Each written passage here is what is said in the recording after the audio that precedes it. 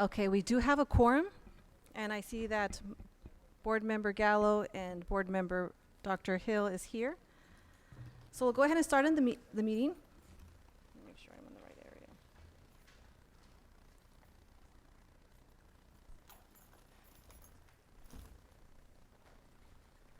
I'll go ahead and call the meeting to order. We'll do the Pledge of Allegiance, and if I have Ms. Rogers, if you could lead the pledge. If everyone can stand, right hand over your heart, ready, begin. I pledge allegiance to the flag of the United States of America and to the republic for which it stands, one nation, under God, indivisible, with liberty and justice for all. You're not supposed to go so fast.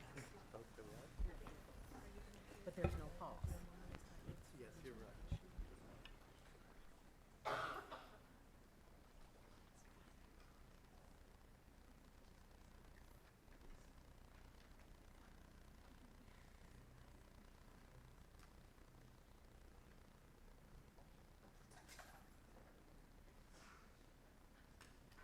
All right, we will go ahead and give a moment of silence for the victims of the recent shootings. We also had one here in California at Gilroy, El Paso, Texas, and then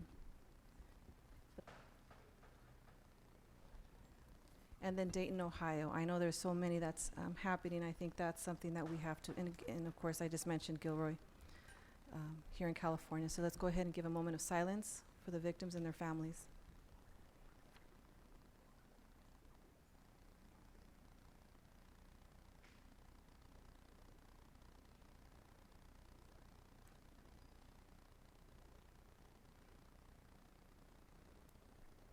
Okay, thank you.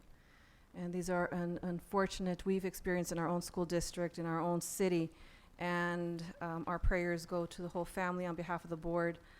These are senseless. I just can't understand how people will do such horrific things, so our prayers for the family. Let's go ahead and move to 1.3, adoption of the agenda. Okay. Any discussion? Hearing none, let's go ahead and call for the vote. All those in favor say aye. Aye. All those opposed say nay. Okay, motion carried. 1.4, inspirational message by our very own Dr. Scott Wyatt. Well, thank you, Madam President, and definitely thank you for that moment of silence, for the victims of, like you said, just a tragedy that I can't even put into words. But, our motto here is making hope happen for our kids, our community, our city. And, it starts, when you think about making hope happen, I always think about my son as an example, and how do we make our kids feel when they come to school? And I know it starts as fast as when they just get on the bus and our bus driver welcomes them, or when they arrive to school and there's people out in front of school that welcome them and let them know that they're someone and that they are appreciated. And I have to say that I love bringing my own messages that I find and quotes and videos, but I cannot outdo our media relations folks that put out a welcome back to our kids, our community this year, and that's really what I wanted to show, because when I saw it on social media, I didn't know about it, and I do follow us on social media. I said, wow, that is an amazing video, and it just was very profound, really touched my heart, and so I wanted to show that. And welcome everybody back to our school year, but media relations and also our executive cabinet, our school board, and everybody involved. When you see this video, you'll see what I'm saying. So let's go ahead and play it. We are so excited to have you in this new school year. Welcome back, and we hope you have a great year. Talofa, hafade, aloha, bula, malolele. Welcome back. We're happy to see you. Welcome back. Welcome back to a new school year. It hasn't been the same without you. Welcome back. We hope you have a fantastic year. Welcome back. It's going to be a great year. Welcome back. Yatta hey. Welcome back. It's going to be a great year. It hasn't been the same without you. Welcome back. Vamos a tener un año fantástico. Welcome back. Welcome back, students. We're excited about a 2019-20 school year. It's going to be a great one. Welcome back. Welcome back. It's nice to have you here. We hope you have a fantastic school year. It hasn't been the same without you. Welcome back. Welcome back. Welcome back, students. Hi, everybody. Welcome back to school. Welcome back. Hope you have a great year. Welcome back. Welcome back, students. Have a great year. We're happy to see you. Welcome back. It's time for another great school year. Welcome back. Well, welcome back to school. We're so grateful that you're here. We can't wait to get started. There are over 8,000 people in our school district that are ready to make hope happen for you did.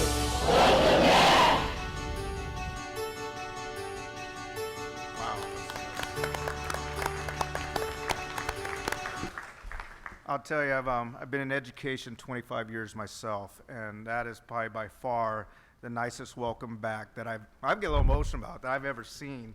And some familiar faces here, obviously, and like we said, it's not the same without you, and that's to our students and our staff. We're so excited about this year. I know I am. I know our board is here, our executive cabinet, our team. And when you talk about collective impact, that's collective impact right there. That is everybody involved to make a difference in kids' lives and make a difference in our city.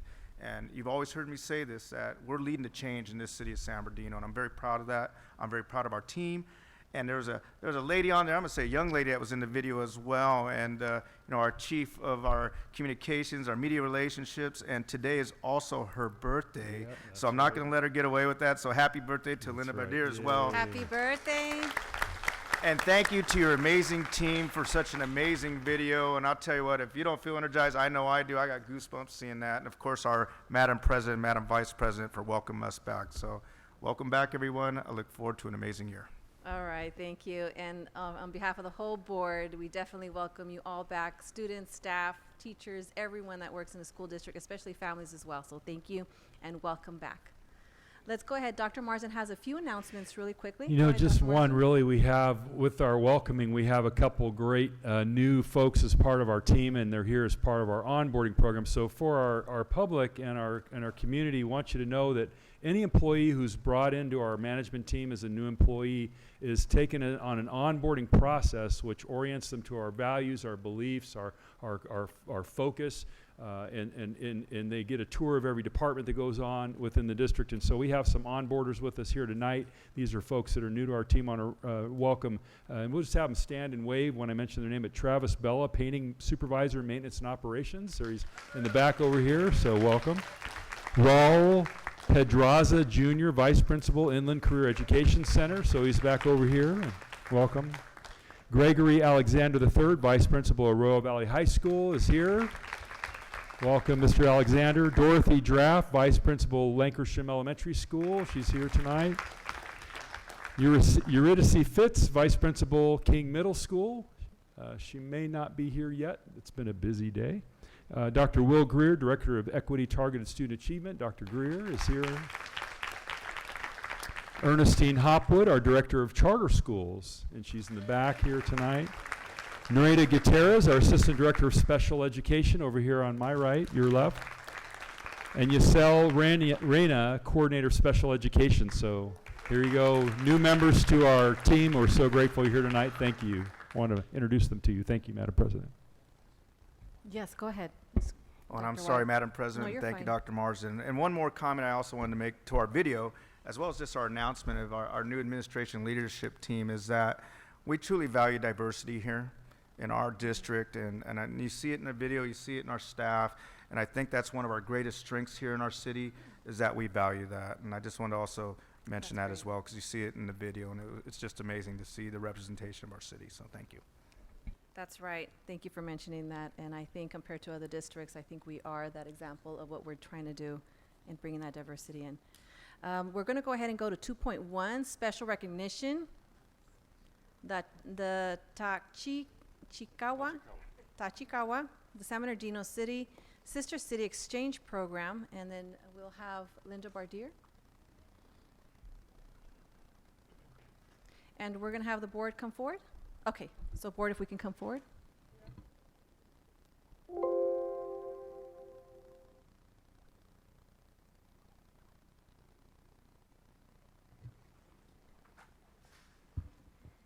Good afternoon, ladies and gentlemen. Thank you for joining us today as we recognize several Cajon High School students who have an adventurous spirit. They recently returned from a month-long stay in Tachikawa, Japan. And we have 4 special guests who have traveled all the way to our great city from Tachikawa as part of San Bernardino's Sister City program. Stay tuned because they're going to delight us with the presentation. Before we call the students forward, let me tell you a little bit about this exchange program, which has been around for 60 years. The bond between Tachikawa and San Bernardino began with the exchange of oranges between U.S. servicemen stationed in Tachikawa and Norton Air Force Base back in the 1950s. Since then, dozens of Tachi kids have formed bonds of their own. Students, when I call your name, please come forward with your host student and your family to greet the Board of Education and Superintendent Dr. Del Marsden. Karina Borsick will be on hand. She's going to stand toward the front of the line where you will enter. And as a token of our appreciation, each student will receive a basket filled with district swag. So first up is Ms. Sophia Jacqueline Fleischman, and the student she is hosting, Nazuki Shinozazi. Zaki?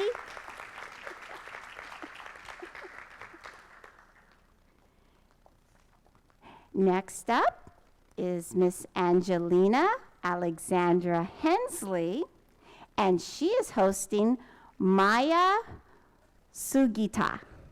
Sugita? Sugita.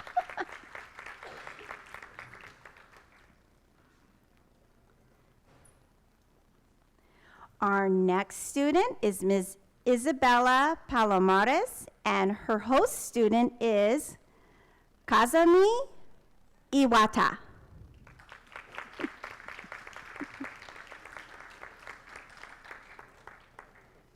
The final local student attends the California Virtual Academy and San Bernardino Valley College.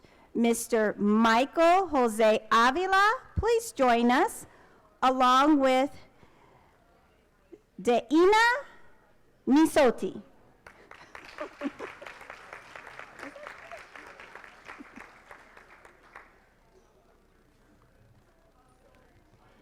Ladies and gentlemen, let's give our local students and their Japanese guests another round of applause.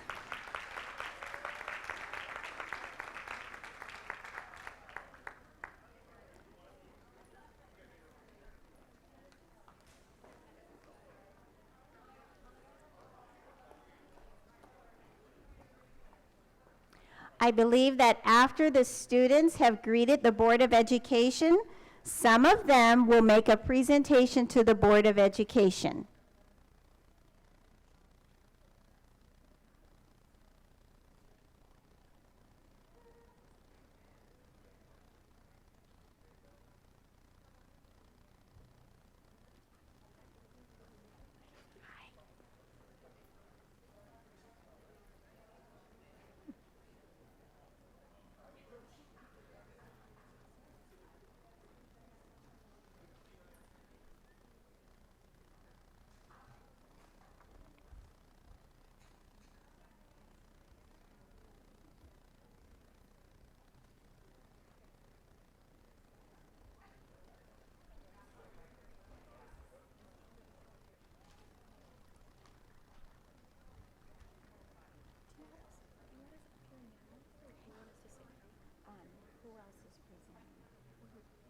Like, is somebody up there still part of the presentation? Okay. Yeah. She's and your sisters. Okay. What's your name? Angelina. Okay, so I'll introduce you and I'll let you come up first. Oh, So, sure. Okay. but I'll wait till they finish chatting. So you're Angelina Hensley. Okay, so when you introduce me, Yeah, you'll come up. thank you so much.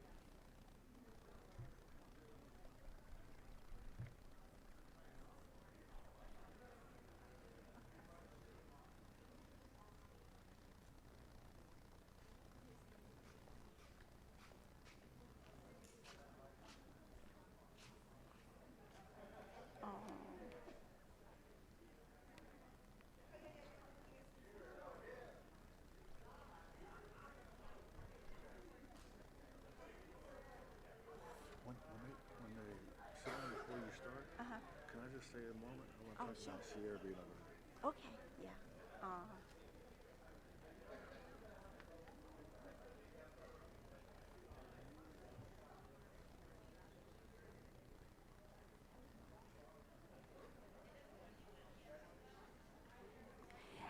As we pose for the final picture, Board Member Tillman has a few short comments that he'd like to make. Just, and I want to start by saying congratulations. I know it's a great experience, and it'll stay with you for the rest of your life.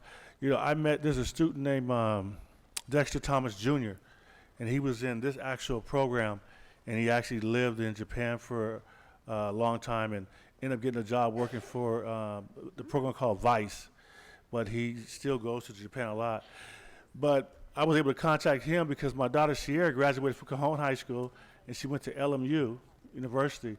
In her senior year, she did an exchange there for a semester, so she went to Osaka, Japan. So she was there for a semester going to school. That was last year. And this year, she got in a program called the JET program, and you probably want to note it. Maybe you know about it, but the Japanese exchange and teaching. So she's there in a town in Nagasaki teaching English. And so she left 2 weeks ago. And she'll be there for a year. They pay your transportation, and they give you $30,000 a year to live. And they have subsidized housing. So she's staying in an apartment there for $70 a month. Yeah, Angelina. Yeah, you can't beat that.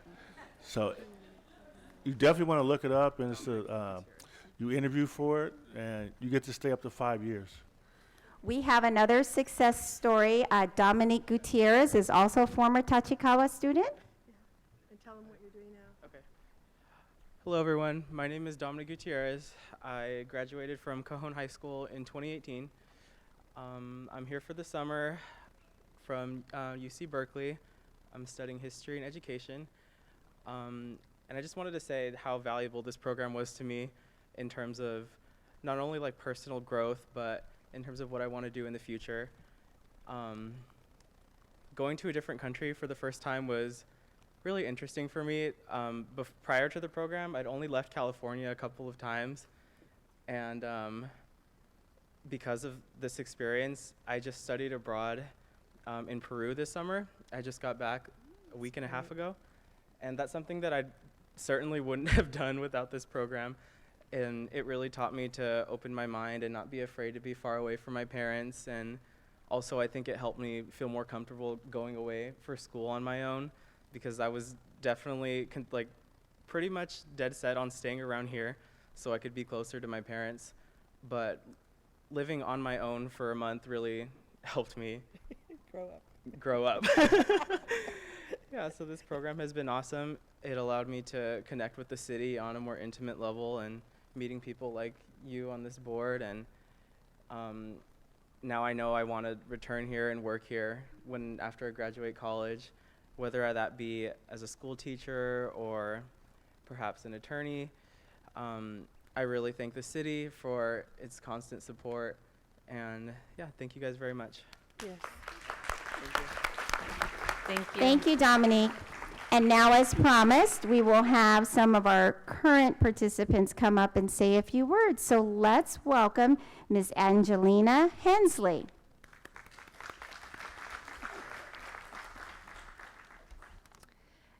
Good evening, President Medina, Vice President Rogers, Board, Superintendent Marsden, Deputy Superintendent Volkemer, and Cabinet.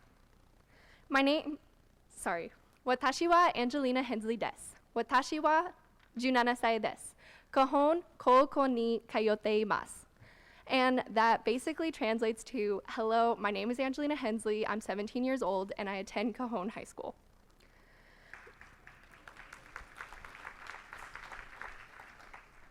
This summer I spent a spectacular month in Tachikawa, Japan. Let me tell you a little bit about the Tachikawa San Bernardino Sister City program. Our organization was established in 1959 as a program to promote international understanding and friendship between citizens of the United States and Japan. The goal of the program is to offer students from San Bernardino the opportunity to live in a town in Japan that is approximately the same size as San Bernardino. In 1962, our program started sending San Bernardino High School juniors to Tachikawa, Japan. The students and families are selected based upon school, academics, extracurricular activities, and an interest in learning the Japanese culture. The selected students are given a 9-week crash course in Japanese language and culture.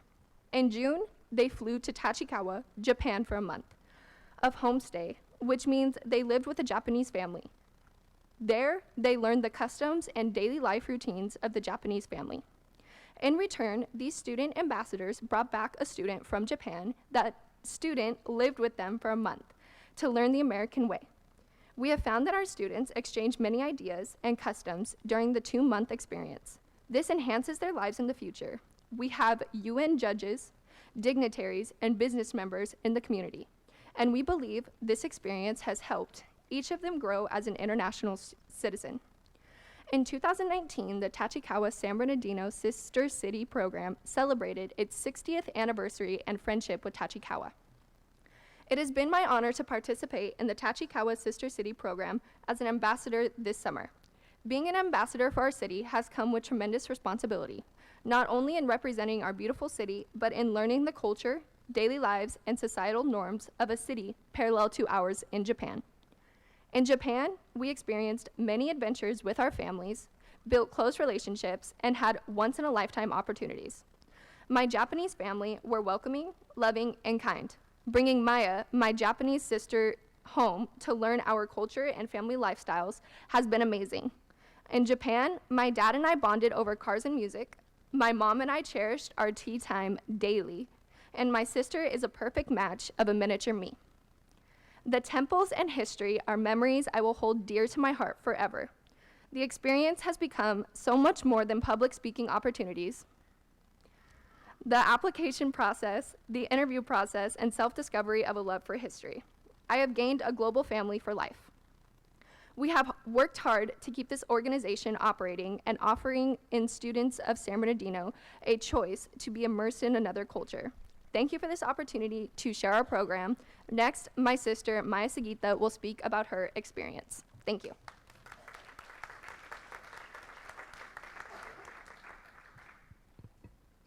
Good evening, President Medina, Vice President Rogers, Board, Superintendent Marsden, Deputy Superintendent Volkamer, and Cabinet.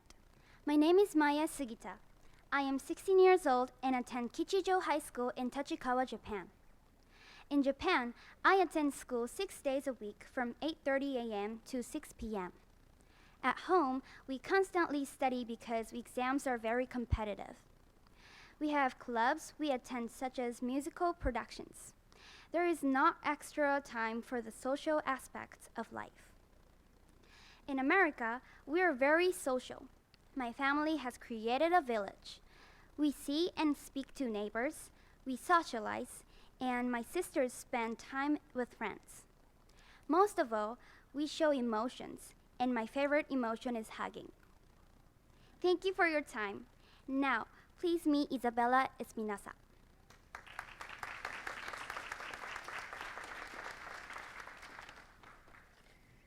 Good evening, President Medina, Vice President Rogers, Board, Superintendent Marsden, Deputy Superintendent Volkamore, and Cabinet.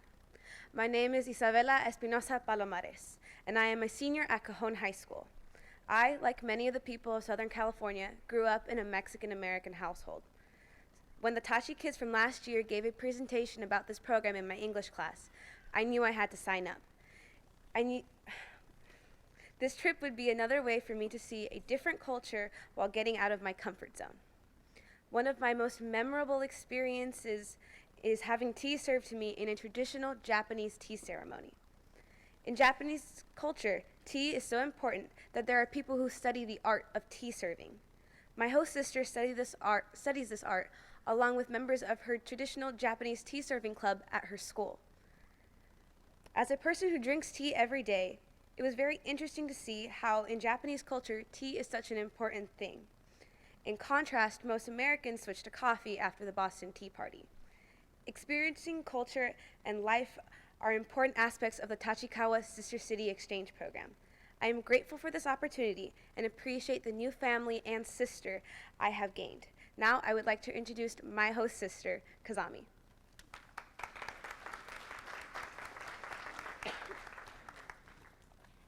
Good evening, President Medina, Vice President Rogers, Board, Superintendent Marsden, Deputy Superintendent Volkamer, and Cabinet. Hello, my name is Kazami Iwata.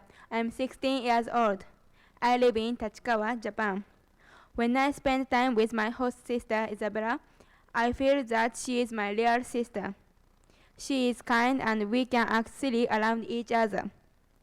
Isabella shows me she cares by hugging me.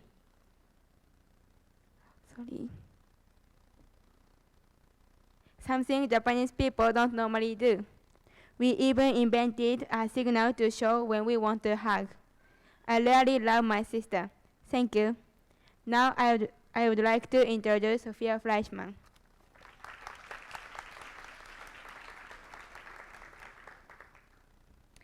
Good evening, President Medina, Vice President Rogers, Board, Superintendent Marsden, Deputy Superintendent Volkamore, and Cabinet. My name is Sophia Fleischmann. I am a senior at Cajon High School. During my stay in Japan, I was able to learn a new culture and gain many skills that helped me to be successful in the future for college and life. This was a once-in-a-lifetime opportunity, and I am grateful for the committee and thank my parents, family, and friends for their support. Thank you. Now I'll introduce my host sister, Natsuki Shinozaki.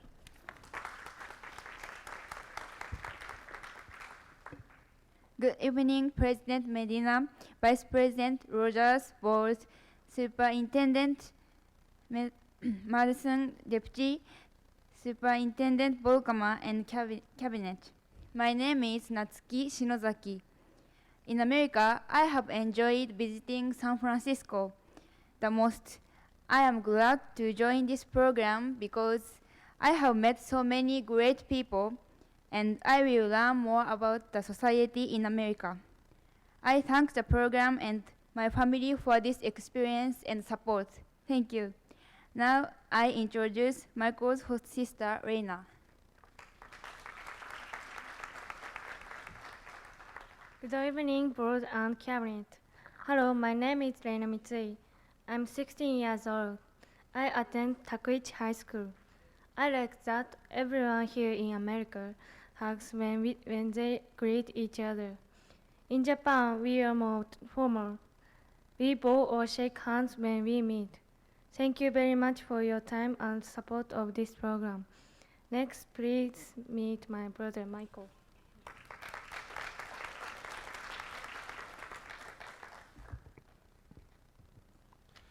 Good evening, President Medina, Vice President Rogers, Board, Superintendent Marsden, and Deputy Superintendent Volkamore, and Cabinet. Konbanwa, minasan, watashi wa Michael Avila desu. Watashi wa 17 sai desu. This is the opening lines of my speech that I gave in Japan. It translates as, good evening, my name is Michael Avila. I am 17 years old. Being selected as a student ambassador to represent the city of San Bernardino in Tachikawa, Japan is something that I'll always be proud of. I'm grateful for the experience. It was an eye-opening adventure that showed me things that were outside of my comfort zone. Most rewarding of all, I experienced being part of my host family. I saw amazing sights during the month, like the Great Buddha of Kamakura and the scenery of the Oktama Mountains. But it wasn't this that made my trip so remarkable. It was being a part of my family and helping my mom cook breakfast in the morning and folding my family's laundry that is where we really connected. Now back home, my host sister Reina has warmly connected with my San Bernardino family. We have gone to San Diego, the beach, the Getty Museum, and toured Garner Holt. We plan on taking her to the Abraham Lincoln Memorial in Redlands, Valley College, and Disneyland.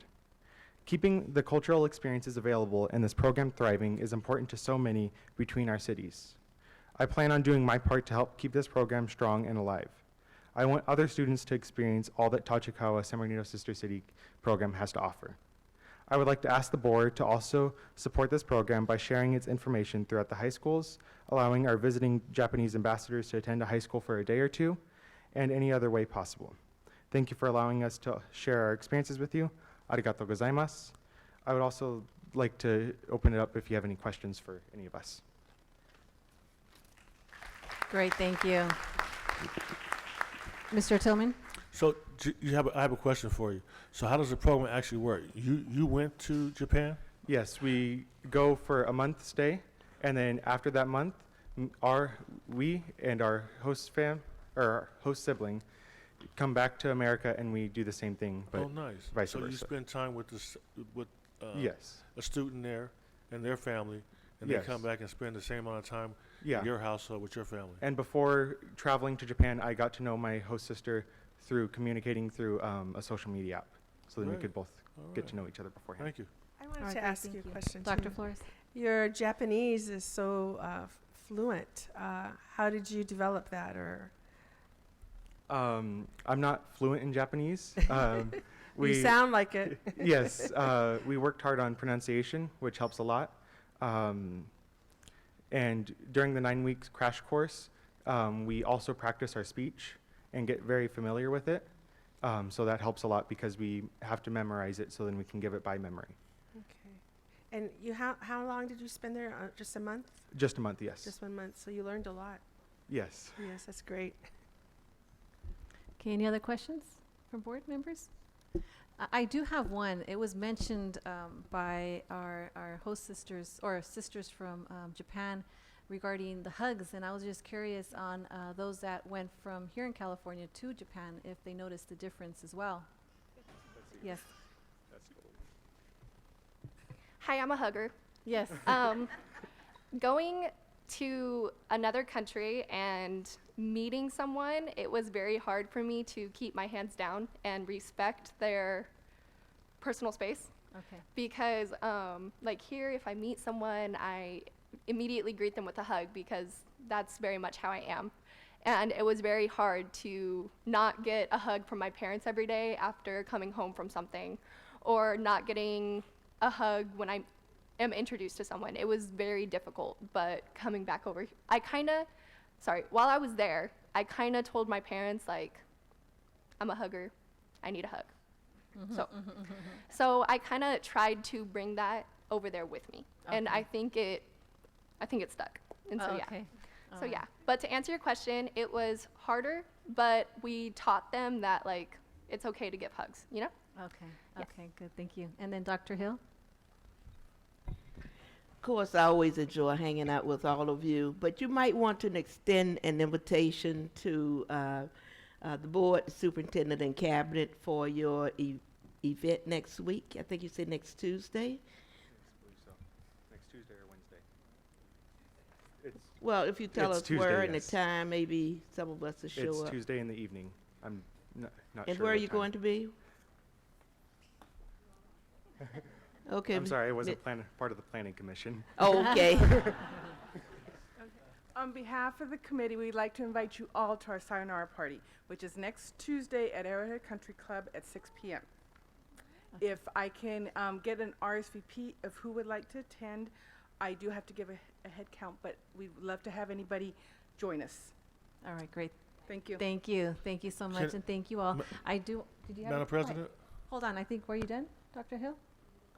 Oh, yes, and then Mr. Tillman? How many parents are in the audience? Can you stand? All right.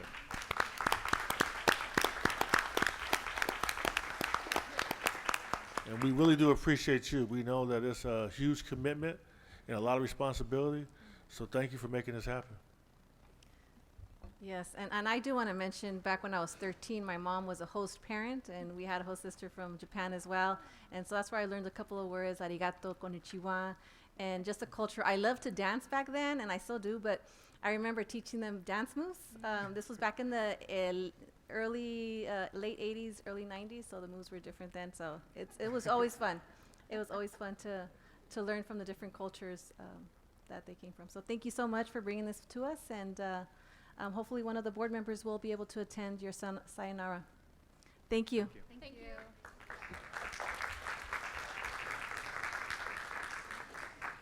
Okay, so then we're going to go ahead and go to 2.2, resolution recognizing Governor Newsom's executive order N-15-19. I'll go ahead and read this really quickly. It says, whereas in June 2019, Governor Newsom signed Executive Order N-15-19 formally apologizing to California's Native Americans for historical mistreatment, violence, and neglect. And whereas the governor's historical acknowledgement marks the beginning of a new relationship between the state and the more than 700,000 Native Americans living in California. Whereas in collaboration with California tribes, the state seeks to more closely explore the historical relationship between the state and California Native Americans through the establishment of a Truth and Healing Council. Therefore, be it resolved that the Board of Education of the San Bernardino City Unified School District commends and supports Governor Newsom's endeavors to work collaboratively with California Native Americans to tell the truth about our past and begin to heal deep wounds. Second. Any discussion? Hearing none, let's go ahead and call for the vote. All those in favor say aye. Aye. All those opposed say nay. Okay, motion carried. And then we're going to go ahead and go to 3.1, closed session public comments. Do we have any comment cards? No comment cards for closed session, Madam Okay, so President. then we'll go ahead and go to 3.2. The board will now adjourn to closed session. We will be back shortly.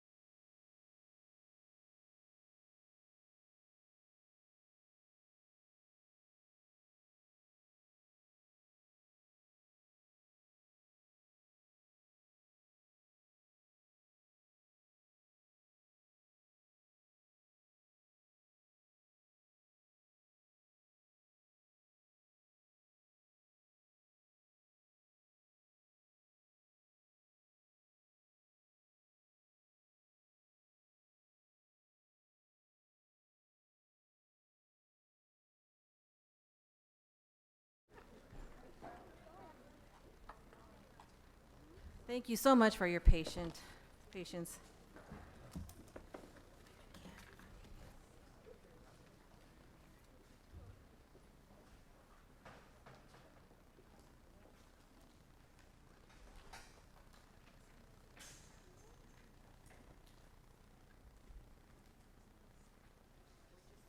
are just waiting for 2 more board members to come in.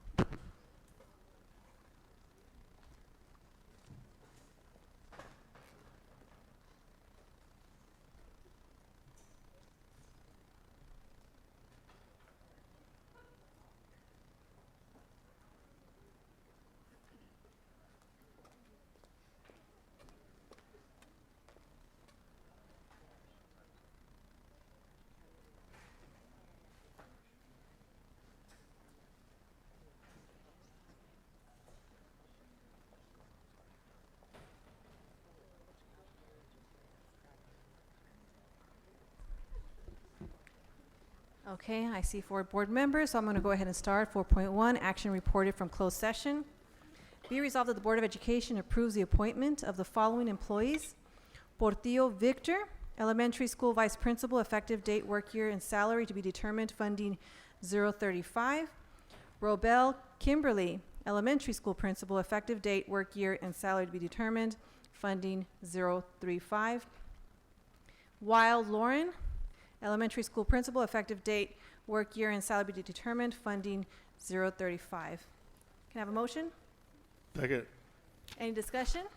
Hearing none, let's go ahead and call for the vote. All those in favor say aye. Aye. All those opposed say nay. Okay, motion carried. And congratulations, if you can stand so we can see you and acknowledge you. Welcome to the team. Welcome.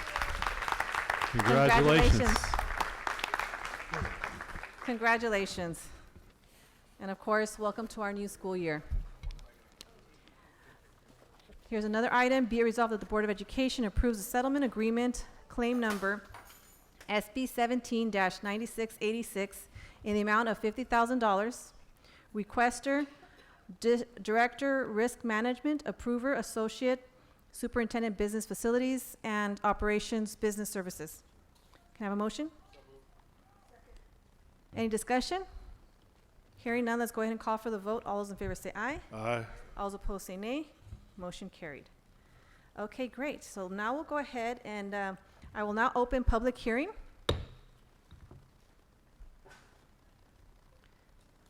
Open public hearing. 5.1. Oh, you know what? Let's go ahead and go to the public comments. I know it is past the time. Actually, typically. Madam President, since the public hearing's open and there are no public comments on item 5.1, so if the board wants to go and take that action, they can do that. We could do that? quickly. Okay. So 5.1 is College and Career Access Pathway Partnership Agreement. At the regular Board of Education meeting on July 16, 2019, the district presented the dual enrollment partnership agreement as an informational item. At this time, the board shall take any public comments. As mentioned, we do not have any comment cards, so I just need a motion. So moved. Any discussion? Hearing none, let's go ahead and call for the vote. All those in favor say aye. Aye. All those opposed say nay. Okay, motion carried. Be it resolved that the Board of Education approves ratifying and entering into dual enrollment partnership agreement AB 288 with the San Bernardino Community College District, San Bernardino, California, on behalf of San Bernardino Valley College, San Bernardino, California, to provide college and career access pathways for 840 district students, effective date July 1st, 2019 to June 30th, 2024. Now we will head to public comment 6.0. This is the time during the agenda when the Board of Education is prepared to receive comments from members of the public on any matter within its subject matter jurisdiction. So when recognized, please step to the podium, give your name, and limit your comments to 5 minutes or less. Please monitor your time, and we do have a computer back here with the time set, so as you're seeing the number go down, just be mindful, and you'll hear Karen saying time, and that's your time to finish. Good evening, and the board welcomes Christy Granillo, Earl Benjamin, Israel Orozco, and Dr. Juan Carlos Baleard. And their topic is Community Health and Education Workers Project in partnership with the Student Attendance Review Board. So good evening and welcome. Good evening. President Medina, Vice President Rogers, Dr. Marsden, board, and cabinet. We're just thrilled to be here tonight. And first of all, just see the whole process of the board. It's been very educational. But I wanted to introduce our team. Christy Granillo is the manager for our community health workers, both in the hospitals and school districts. And we have Mr. Earl Benjamin, who's well known here in the district, and also Israel Orozco, who's also one of our CHUs. So we thought we'd bring in the male representation of the CHUs. Welcome. So the women gave them a chance to speak tonight. So they'll be sharing with you this evening, but I just wanted to introduce the team to you. And Christy was hired a few months ago to lead out with our community health workers, like I mentioned, in the hospital and also in the district, which 4 years ago we came up with this idea of using community health workers in districts. And the San Bernardino City Unified School District has been the first district to adopt this model. And now we're seeing districts across the county now adopting it. So Chafee just started their CHU program this week, actually, and we're working with the county superintendent of schools to spread this model to other school districts. So just want to thank you for the opportunity to really model this this CHU program here in San Bernardino, and I'll let the team share some of the findings that we have for you. So behind you, I have a presentation, and I'm just going to speak on some of the findings for this year, for 2018-2019. We can see it on the screen in front, so don't think I'm ignoring you. We have a monitor we can see down below. Oh, okay, perfect. So before we begin, I just wanted to give an overview of community health and education workers, also known as CHUs, and the work that they do. So our community health and education workers for San Bernardino City Unified, they share a close understanding of the community. All of the members on our team are parents or of students who have been through San Bernardino City Unified School District or currently have students who are attending schools within the district. You may have seen some of our folks on some of the meetings, board meetings and or cabinets, and they are very involved, which provides them a special position in the community to link our folks in the community to health and social services. They specifically work or are currently working with the Student Attendance Review Board to tackle chronic absenteeism in hopes of increasing student attendance in schools and decreasing chronic absenteeism. Through their work with families, which is specifically home visits, they work to build self-sufficiency, connecting them to resources, and then outreaching, having education and advocacy for our parents. So some of the data that we found working with SARB this year, we surveyed 293 families while sitting in on the meetings, really looking at the root causes for chronic absenteeism. With the 293 families, the family has an option to choose whether they would like to have home visits with the CHUs to resource them to the community and county resources. So 4 out of 5 families had accepted home visits with the families that we worked with. And we came to our top 3 reasons for chronic absenteeism, and number 1 was low engagement. I have a few examples up there. Lack of or no motivation to go to school, ditching supporting family members. This can be maybe having to babysit a sibling or having to work in order to supplement income for the household.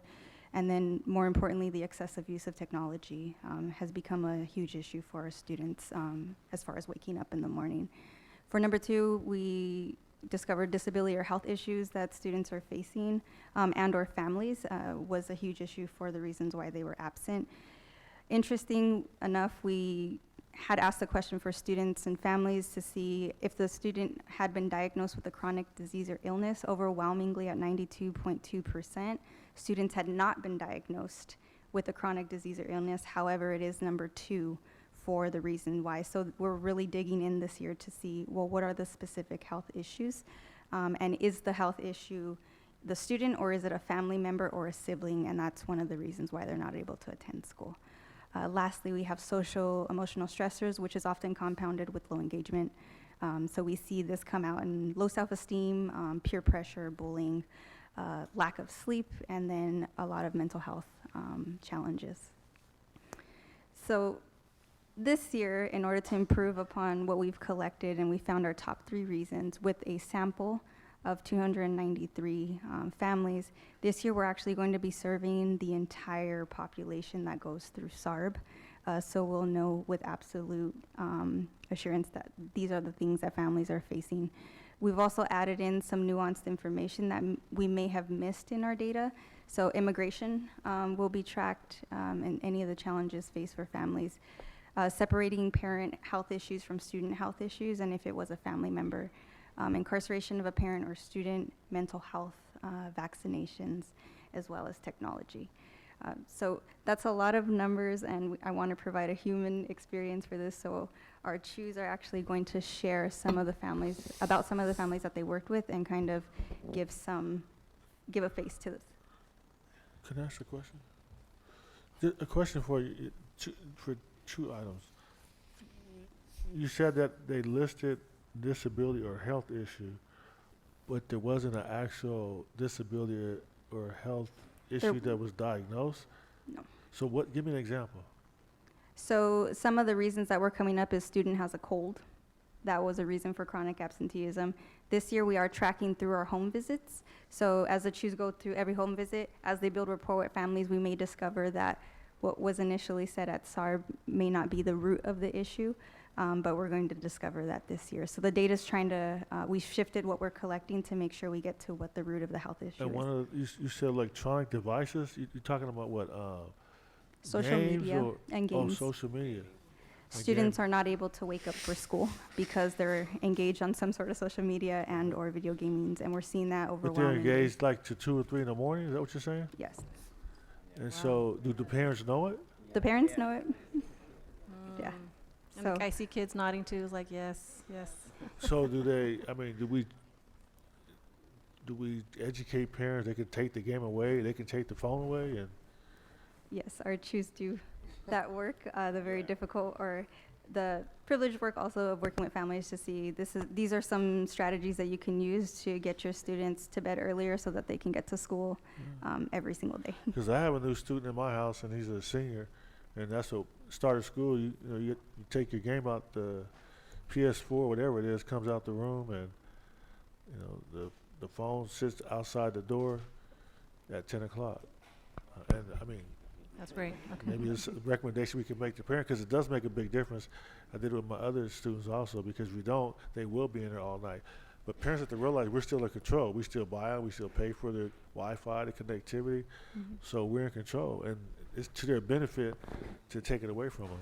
All right, thank you for that. And I do maybe a clarifying question on my behalf is in the same rounds with the students that have, for the number 2, which 92% were not identified. That was kind of off because when I went walking several times to go visit the students that were not coming to school, I was looking at the majority of the students had an IEP. And so I'm curious on what that looks like. Maybe it's for students that are in SARB, I guess, to differentiate those that were going into SARB versus those that are not coming to school to begin with, and maybe forced or so forth. So I'm just curious on what that, because the majority of the cases I was looking at did have an IEP. And you're saying 92 are not in the SARBs. So just like to clarify that maybe in the future once you're looking into that. Absolutely.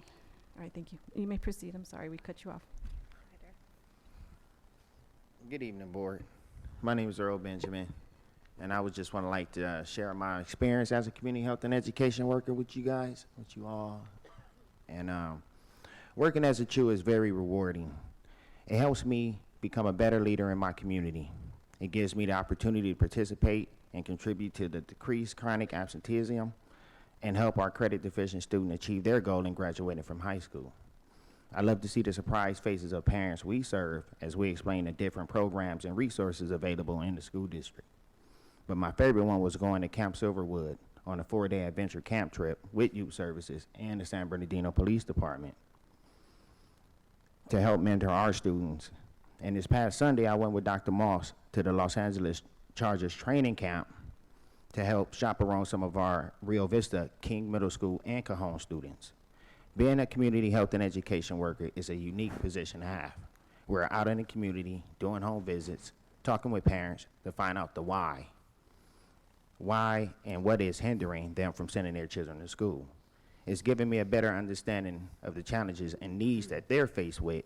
And for example, a lot of our parents don't have transportation to get to the food distribution locations. And so we'll go and pick up the boxes and deliver it to them. And it's very rewarding to see the smiles on their faces, and just to be that positive outlook for the school district is a blessing in itself. I look forward to continuing this great work, and I would like to say thank you for giving me this opportunity and for letting us choose become the bridge between homeschool and community. Thank you. Thank you. Hello everyone, my name is Israel Orozco, and I'm part of the CHU program as well. And I'm gonna share some of the experiences that I have on being a CHU worker. As I have mentioned before, I will be discussing about the CHU program in San Bernardino School District and how both students and families have had positive impact while acquiring our services, and we're a bridge between the San Bernardino School District and families.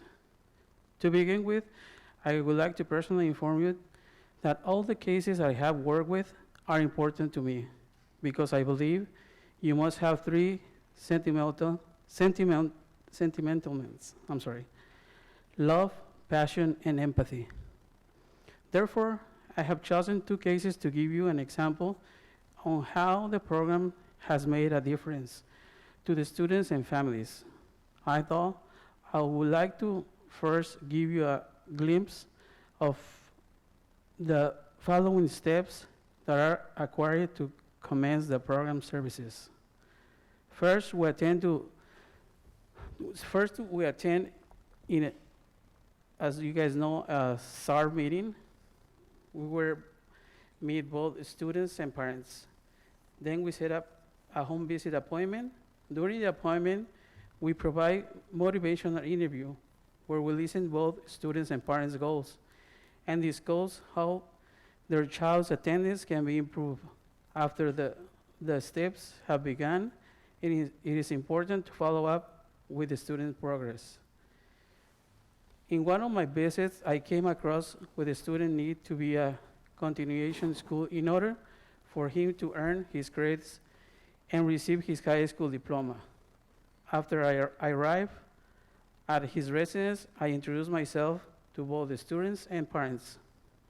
Then we sat down and discussed how he had too many absences and how his grades were far too low to acquire his high school diploma.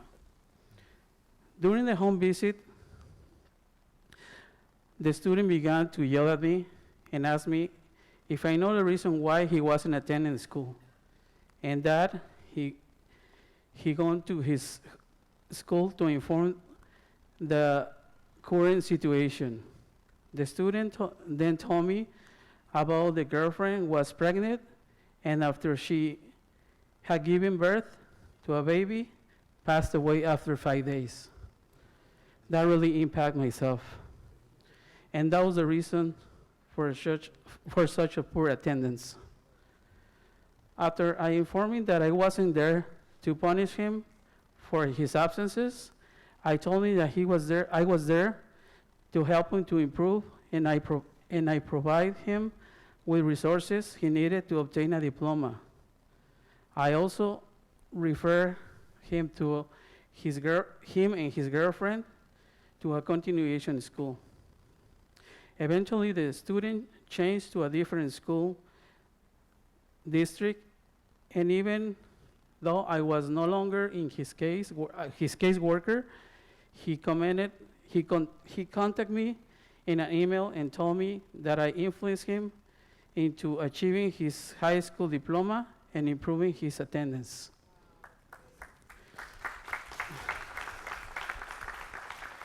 My second case, it was about a student who stopped attending school. During the home visit, I met both the student and his mom. I then informed the parents that her child attendance. The parent then confessed that she didn't know about her child's attendance because she had been busy working 2 jobs. During that moment, the mom became upset and asked the child why he had been missing school. He then explained that the reason he didn't attend was due to the fact that he needed new shoes because he was wearing them for 2 years. And then I immediately contacted his school, and the outreach worker helped me out to provide him with all the resources that he needed. And while being in his career pathway, he has shown me to give back to my community, and I decided to make the student a gift basket with the school essentials and little things that he needed to help him become successful. As of today, we're working currently on trying to obtain more resources to help the students and parents to improve attendance, to provide the really low-income students with the needed essentials that their families can afford. Thank you very much. Wow, thank you, thank you. So just in closing, as you can tell from the experiences of the CHOOS, I mean, this is very similar to what we see in healthcare. We have large systems with a lot of resources, and we have communities that not always connect well with those resources. So what the community health workers and CHOOS do is, because they're from those lived experiences in those communities, they can connect, and there are eyes and ears in the community. So we just thank you for the support for this program, and we ask for prayers as this model really continues to expand throughout our region here. Right, So thank you very much. Thank you, Dr. I don't know if there's Galliard, any for your questions. leadership, and Ms. Granillo and Mr. Benjamin, Mr. Roscoe, thank you for your leadership and work. All right, and we do have board comments, clarifications. I'll start with Dr. Flores and move down this way. Well, it's not really a clarification, it's just a commendation. Because I remember when we were working together, all of us, and dreaming. This is a dream come true. And you're proof of it, because that's what we wanted. We wanted to build your capacity, come back and work with our community, and partner with Loma Linda as a school district. And so this is just one of many more projects I think that we will have down the road. And I just, when you're telling me and sharing all the little things that we don't see every day, but we know that it makes a big difference to our kids. And the love, from both of you, the love that you shared about, the kids, and just that little bit of caring goes such a long way. And it just touches my heart that you are there for our kids and for our parents, and that we as a board and Loma Linda together all working for the betterment of our kids in our community. So I just want to thank you. Yeah. All right, thank you. And then Ms. Rogers? Thank you. Great presentation and good to see you. I just had a couple questions. One, you mentioned incentives, or you mentioned events. How does the student earn that event, or are those the students that were chronically absent that you took on the trips that you mentioned? Some of them was chronically absent, and also the kids was from U Court. Okay. The ones from Rio Vista, King Middle School, and Cajon, they were just good students. But would it have been considered an incentive for the student for doing better, or their absenteeism has changed or is doing better? The ones from Rio Vista and Cajon and King was in a mentoring program. Okay. There at the school, and the ones from Youth Court are the ones with the chronic absentees, or they did something wrong in school, like that. But okay. And then my other question was, what would you consider the success? So you're going to a home, and so you're talking with the parents. What is the magic that happens? If you can just tell us a little bit more of that, because you're showing up and you're saying, I'm here because your student is absent. So kind of what happens there? Well, you kind of get to know them, Mhm. talk to them for a minute. The visit's not going to be too short because, you know, I got some resources to offer you, so we kind of make conversation. Mhm. And then that's when they get to opening up. Okay. Then they start to let me know what's the deal. I don't have transportation, and my child is always sick. Oh, this is what I got to do. No way to get her Okay. to the doctor, you know, things like that. And is So it multiple visits? Or does this happen the first time, or there's sometimes it's the second or the third time? if you're really good, it'll happen on the first time. Okay, good, It'll good. All happen right. on the first time. But the second time, that's when we get to really knowing them, Okay. and now they want more Okay. resources, and so I connect them with the food Okay. distribution like you guys have at the Indian Springs and Lincoln Elementary, Jones. Mhm. And so a lot of parents didn't even know about that, you Mhm. know, and a lot of parents' phones are disconnected, so they don't get that Right.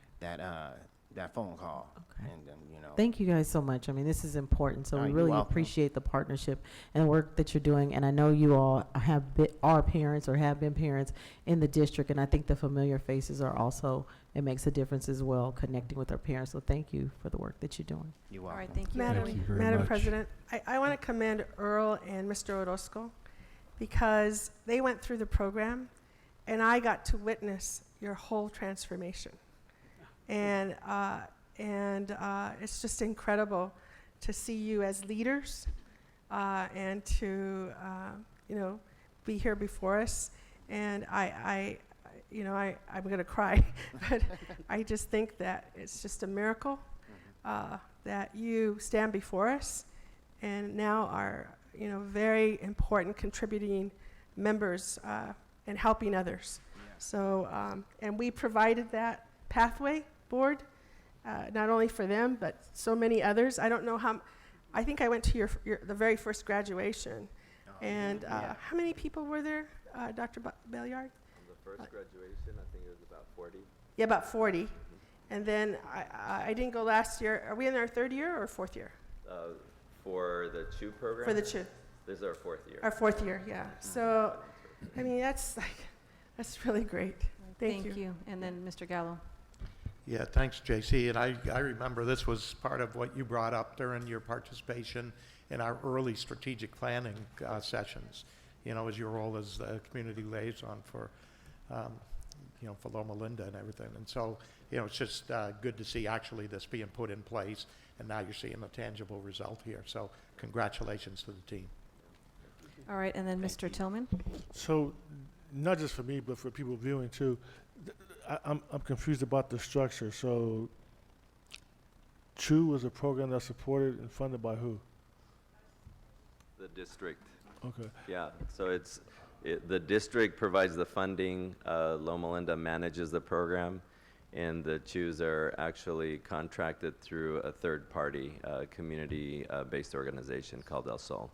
And then how many families do you guys actually service a year, or students? So you have the final number. 293 students, yeah. And families, actually, 293 families. And there are actually other CHUs. Roshana's in the back also. So I think we need to give credit to the rest of the team. Lorena and stand? Lisbeth also. Roshana, Could if you you stand? can stand, That's please. back there. Yes. Thank you. And I know her and her husband, Mr. Benjamin, from doing APAC, the African American Parent Advisory. And he's been doing that for a long time. So, I mean, I commend the district too for involving parents, because it allows you to grow and do even bigger and better things to benefit our community and our students. So it's a great program, and I commend you all. And as a politician, I go door to door campaigning. So I know what it's like to go to someone's house and knock on the door. I get anxiety just, hoping they're nice. Yeah. Right? That's You don't never know who's going to answer the door and what kind of dog they're going to have. But Slam that door right back in. exactly. So I know what it's like going door to door, and you're going there knowing that you're going to talk about a touchy issue. So it takes a whole lot of confidence and stamina and believing in what you're doing, just to give you the energy, all of you the energy to do what you're doing. So I can't thank you enough. I commend you, and whatever the district can do to continue to support, that's what we want to do. Thank you very much. And I also did it with what the board members say. Thank you so much for doing this. I know our community needs you, and I'm just so happy that we're actually doing this. Thank you so much, especially since it's the 4th year. Thank you for your presentation. Thank you, all of you. Have a good evening. Thank you. I think I may have seen this member of the public leave, but Miss Gina Mireles, are you still here? I think she might have left. We'll call the name again at the end of our public comments in case she returns. Board does welcome Acoma Unity Center. They are speaking regarding agenda item 8.44, but they'd like to address the board during open comments now. So welcome and good evening. Welcome. Thank you very much. Good evening, everyone. Good evening. So we would like to thank you very much, Dr. Marsden, board, cabinet, for everything that you have done or allowed Acoma Unity Center to do in the past 2 years. We are so grateful. We are blessed to have some family members here. I would like to introduce our staff, Jennifer Sakar, Operations Manager, Rhonda Kelly, Admin Assistant, and I believe we have Darcel Kennedy, one of our board members, Dr. Lawson Bush, and if Ricky Van Johnson is here as well. So we're grateful that when we travel as family. So we got to have about 3 vans, 2 buses, about 3 cars. But we did have to leave a lot of children and family members at Acoma, and they all wanted to come to give you their thanks. So we did make cards for every one of you, and they thank you for all that you do for them as well. So I will get started. Thank you, Rhonda. So Acoma's reach has been great for the past 2 years. So what you're about to see here, click again, is in 2017, we reached about 10 different schools. 2018, we reached 25. 2019, this summer, Acoma had reached 43 schools, meaning in our recess and our regular after-school programming, we have 43 schools out of the 72 here in the district present at Acoma, and we are on track to reach where our goal is to reach all 72 by the end of 2020. So that is phenomenal, and we're really excited about that. We utilize Peach Jar, we utilize door-to-door, we utilize outreach. We have teams at all the schools, definitely the ones that we are able to serve within the West Side. And we now are on the road. So Acoma's van will be hitting up Manuel Salinas this year because we had some students that were being dropped off, and it's very close, and some were walking. So we decided that that is the school that we're going to first start to serve as far as offering transportation. So as you can see above, these are some of the programs that our Acoma Unity Center has established, and we are very proud of them. This upcoming school year, we're going to enter into a program called Life Skills. We have some sewing machines. We're going to have someone that's able to bring a car on the property to teach the children how to change oil, how to change a tire. We're looking into someone, organization who would even offer the children driver's ed, because that's not now it's something that families have to pay for. So all children aren't able to take a driver's ed class. Financial literacy is a program that we've had, but this year we're going to have a student that was in Acoma, actually in UNC 3 years ago. He just graduated from UC Irvine with his master's. He finished a master's degree in under 4 years. So he's going to be coming back and teaching financial literacy to our scholars. And we're going to definitely continue to teach and learn so that the children can learn beyond boundaries this year.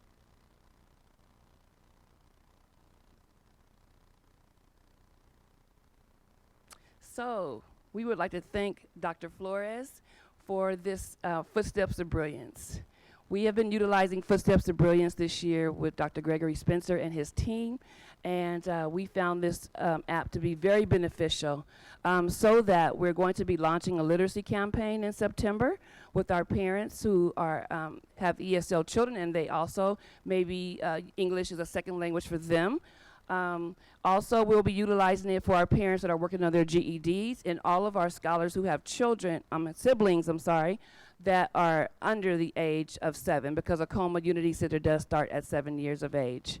So this year we had 23 children that participated every day in Footsteps to Brilliance. They were able to read 462,757 words, 472 books. They were able to reach all of their comprehension levels. There are a ton of games on there that really help the children to learn. So they are constantly utilizing those, and on the average, 81% on the average were able to retain everything that they were reading. And I think that that is remarkable. Our goal this year is to double that. We are going to also utilize it as some type of a gauge for our scholars that are 4th grade and above. So even though the app is made for the kinder through 3rd, we're going to be utilizing it on our 4th and 5th graders as well, just to make sure that they are at reading level.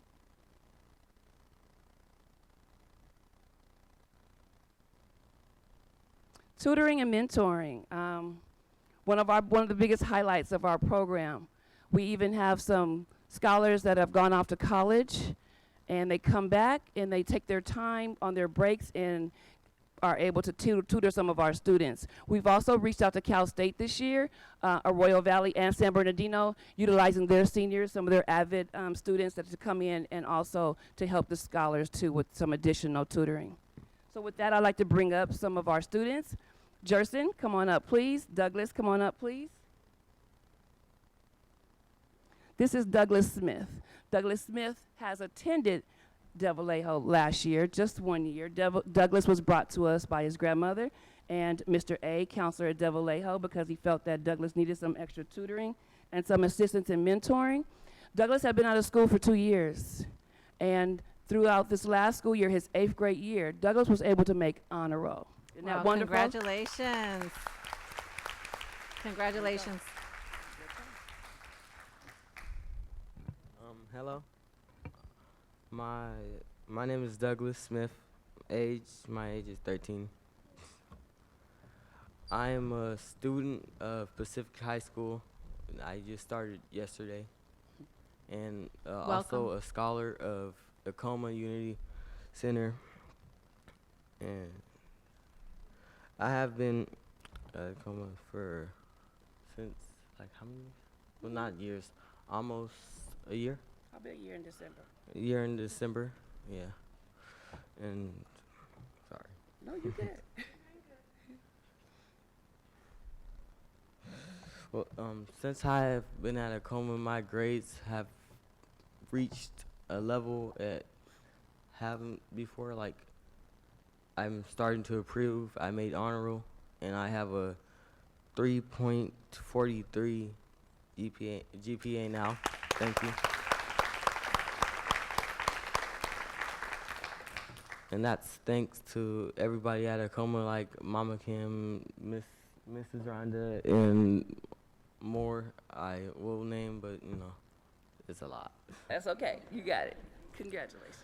And I'd like to thank the scholars, the upper and lower scholars at Tacoma, for helping me also, like my friends, my sisters, my family, you know. And my mentor, Mr. Micah, and the late, I call it the upper girl scholars. Mentors? Yeah, and Mr. I also, which is the She's the Upper Scholar Girls Mentor. Upper Scholars Girl Mentor, and Miss Tequila and everyone.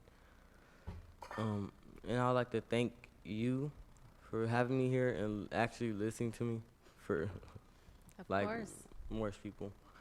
And Oh my goodness. Good job, baby. You did. Thank you. thank you a lot for Thank you, having Douglas. me There you go. here. We're so proud of you. So Douglas is our most improved academic scholar at Tacoma.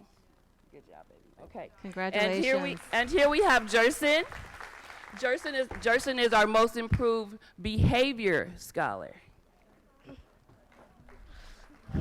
Okay.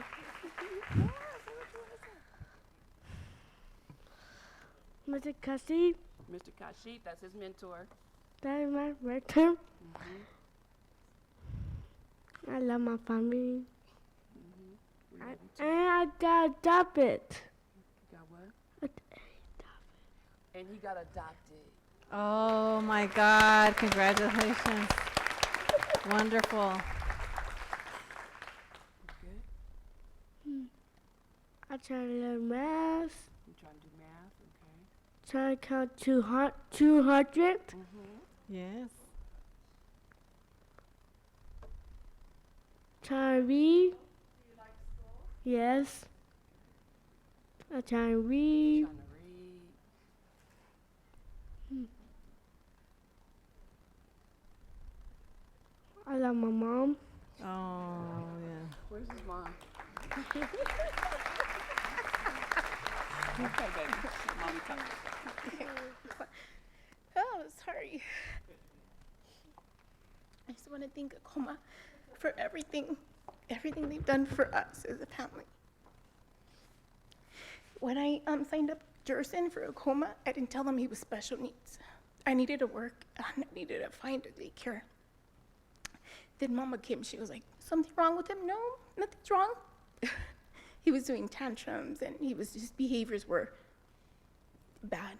You know, he's 8, but he has mild intellectual disability. They've evaluated him, and they say he's a high autistic. And he's been really good ever since he goes to a coma. He's just, his self-esteem has gone up. He fights a little less. And he wants to go to coma even on the weekends. He said, Mom, take me to coma. I said, no, you're staying home. But thanks to Akoma and Mama Kim for the patience that they have with us. Right. Thank you. You're welcome. Yeah. Jerson also has a behavior specialist that comes to Akoma 3 times a week. Well, they're asking to come 3 times a week now. They were coming twice sometimes, but now they're asking for an hour every other day. So we have approved that, and we're happy to do that. Also, I would bring up Danilo and his mom. Come on, Danilo. Oh, yes, could you please? Danilo is also autistic, and so Danilo came to summer break. It was his first time at Akoma, and he first couple days he just sat there, didn't really want to get involved, and then we found out that he is a dancing machine. Oh, okay. If you go to Akoma's website, you will see Danilo in the center of everyone. It was his idea, let's have a dance off, dance off, dance off. And then when we found out what Danilo could do, it was amazing. So then Danilo only wanted to dance all summer. But he went from a student that sat there in the chair for the first couple days, and then we had to look for him. Where is Danilo? Danilo would be in every room, everywhere, visiting everybody, and so he has a favorite mentor, right? What's her name? Miss Sarah? Miss Sarai? Miss Sarah? Yes. So do you want to tell him how fun you had at Akoma? Good? Good? Yes. Okay. What else? I love Mama Kim too. Oh, okay. And Mr. Right? And Miss Sarai, okay. I love Akoma. I want to go back. You want to go back? Yeah, Okay. for summer. For summer. You're Yes. coming back. Okay. All right. Thank you, Yeah. Danilo.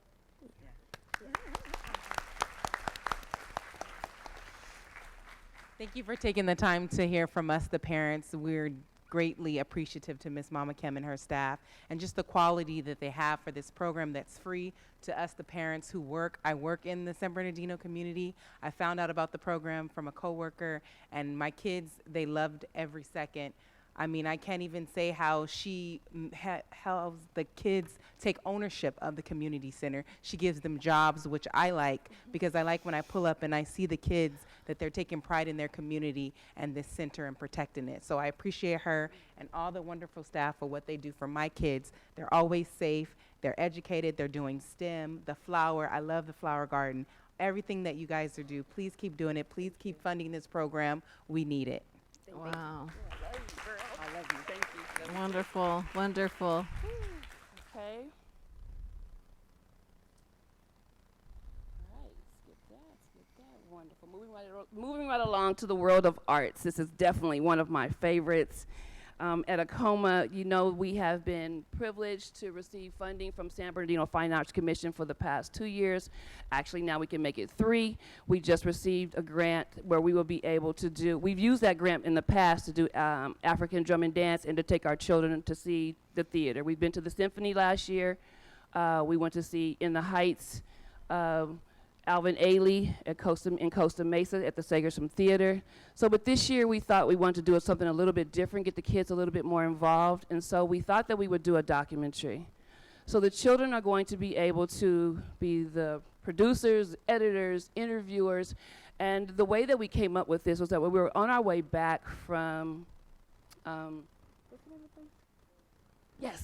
the observatory in Los Angeles, and the children were looking out the window and they saw a tent city. So they asked us, "What is that, Mama Kim? Are they camping?" And I'm like, "No, baby, they're not camping. They live there." And so they were all in awe, and so nobody went to sleep all the way home. They were constantly asking questions. So I asked Ms. Darcell, who is our counselor at Acoma, we need to do something about this because now it has triggered, thoughts and questions, and maybe we can invite them to become part of our solution. There's a lot of folks and a lot of organizations out here trying to solve the issues of homelessness, but have we ever asked the children, what do they think? What kind of ideas can they create to solve that? So that's how we came up. We applied for the grant, we were granted it, and we're so grateful to the City of San Bernardino and the Fine Arts Commission for that. So we will begin in September our work that will lead us to a very small showing at Acoma, and then Sturgis Theater will be our final showing, which we'll be able to as well charge an entry fee to raise some funds to put back into the program, because we do have to have matching funds in order to apply for the grant. So we're very, very, very excited about our children taking the world of arts to a different level. But with the world of arts, we also want to thank Dr. Hill for the tie-dye article. That was really, really special. So special that we're asking parents, we're going to invite our parents to come in and do a tie-dye shirt. Because if you read the article, then you will understand that the art, like being able to create something where there's no mistakes, right? Your design is unique to all others, and so it's very special. The kids want to take them home wet, and I got to tell them, no, you got to wait a day. Don't take them home. Your parents are going to be mad at me, and all types of things like that. So Children's Fund also has an art contest that our children participated in, and what would you know? That we would have 3 winners. Grand Marshal winner, come on up, Felix. Give it up for Felix. Grand Marshal winner was Felix. And Ilea Webster, she was also a winner. These 2 scholars were able to talk to the funders, the folks who put on the program. Children's Fund had them as their special guests. Felix threw out the first ball, the first pitch. Wow, and Ilea sat on a panel where they asked her about her dream. So the essay was, what do you want to be when you grow up? And they had to draw that. So I'll let Felix talk about that. Your name? You got a card. My name is Felix Javalera, and I go to Rio Vista Elementary School.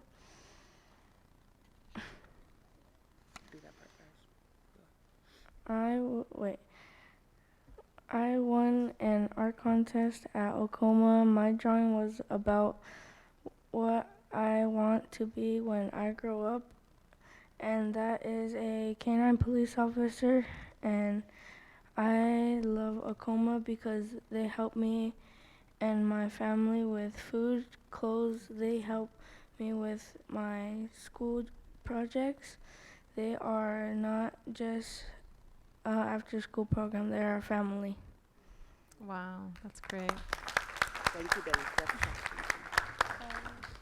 So now we have Miss Ilea Bell Webster, and I believe you won first place. Felix was Grand Marshal. I think did you win first place? Nevertheless. So your name and school. My name is Aaliyah. My age is 8, and I go to Manuel Salinas Elementary Creative Arts. And my drawing was about what I wanted to be when I grow up. I wanted to be a fashion designer for homeless people because homeless people don't really get clothes like that, and I really cared, and Acoma helps me with more confidence and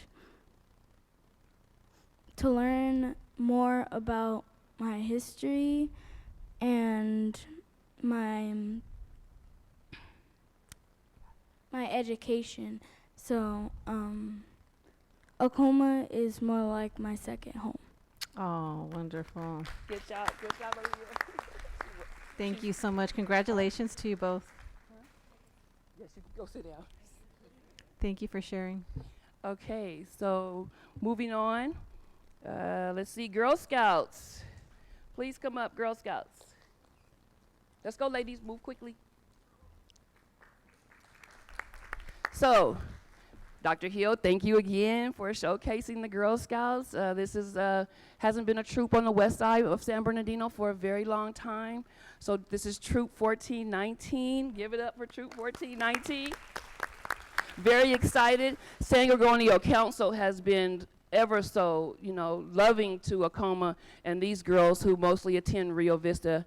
It makes it easier for us to have a troop because they are already there, right? So we don't have to wait for anybody to get there. So it is wonderful that San Gorgonio Council thought enough to provide all of them with their registration fees, provided them with their vests and their patches, and then they had the opportunity this summer for free to attend Gen Cyber Camp at Cal State San Bernardino. Wonderful. And none of the girls had ever been to camp before, so that was really, really, really remarkable. And the organizations that they got to meet, like Google and Facebook and Bank of America, and there was a couple of them. Hopefully you guys remember those other ones. But step right up here, please, ladies. They were also the only troop that was invited to meet the funders at the end of the week too. So that was really wonderful.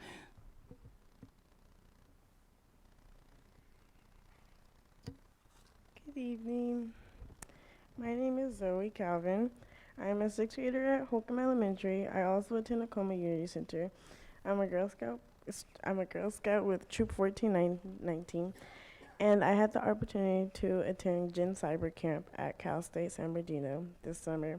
I also learned many things regarding Girl Scout and technology. I learned how to keep my social media safe, how to command and fly drones. I also learned the importance of making new friends and valuing the ones I currently have. My troop members and I are very thankful to our school board, Girl Scouts, and Acoma. Thank you. Wonderful. It's so hard.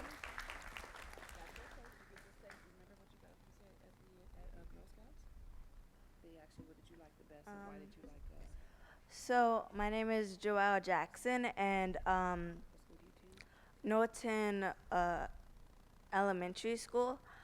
Before I went to Gen Cyber, I didn't know much about technology. So when I attended to Gen Cyber, I was kind of nervous, but then at the end of the week, I was glad I went, and I learned how to keep my social media safe and how to code and find secret messages and photos and other stuff. Wonderful. Wonderful. So next we'll bring up our scholars with our industrial robotics class. What's our industrial robotics? This was our very, very first industrial robotics. It was a 10-week course. We're probably going to narrow that down a little bit to about 5 or 6 because we did begin to lose some of our children. So it might have been just a little bit too much for them, but we're going to fine-tune that because we want more of the class to be able to stay, participate, and graduate. Come on up, come on up, come on up. So here we have Miss Wilson. There you go, ma'am. Hi, my name is Kiana Wilson, and I attended the robotics class. I go to Norton Science Language Academy. I speak 2 languages, Spanish and English, and I like the class because it helped me. I learned how to code and how to use a robot from our teacher, Mr. Nashbe. Muy bien.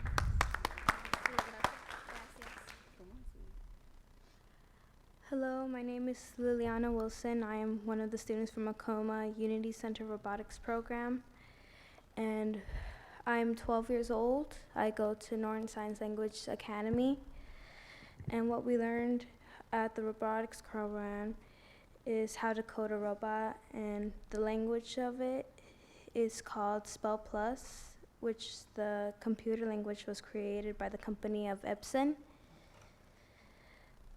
And the actual robot that we programmed is called SCARA, which stands for Selective Complement Articulated Robot Arm. And that is it. All right, thank you. Thank you. That's enough. Come on, Elijah. So your name, your age, and your school. Hi, my name is Elijah, and my age is 10. I go to Manuel Salinas Elementary School, Creative Arts, and I learned so many things this year. I learned how to do technology. I'm learning how to do math and reading and writing.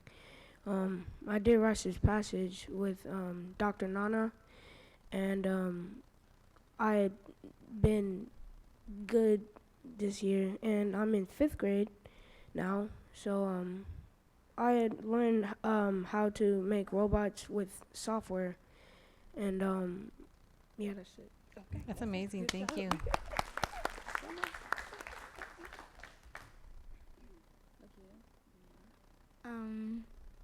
My name's Aaliyah. My age is 8, and I go to Salinas Elementary School, Creative Arts. And what I learned in robotics is how to code a robot and how to move it with a certain code, and how to use the software. And it made my math and reading better. That's amazing. Thank Good. you. Good job, you guys. Good job. And now we have Ms. Jennifer Sakara, who will talk to you about our Young Legislators program.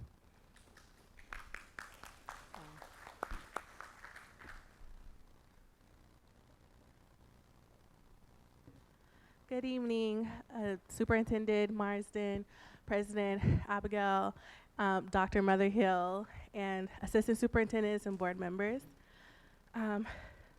My name is Jennifer Sakara, and I'm the Operations Manager at Acoma Unity Center. I've been with this organization and UNC for the past 3.5 years, so I do want to personally thank you all for your continued support, for not only for this organization, but for the scholars we all serve. So I wanted to share with you our civic engagement program. So since 2017, we've actually partnered with YAP and Alpha Alliance with Abigail Medina to host this youth civic engagement workshop.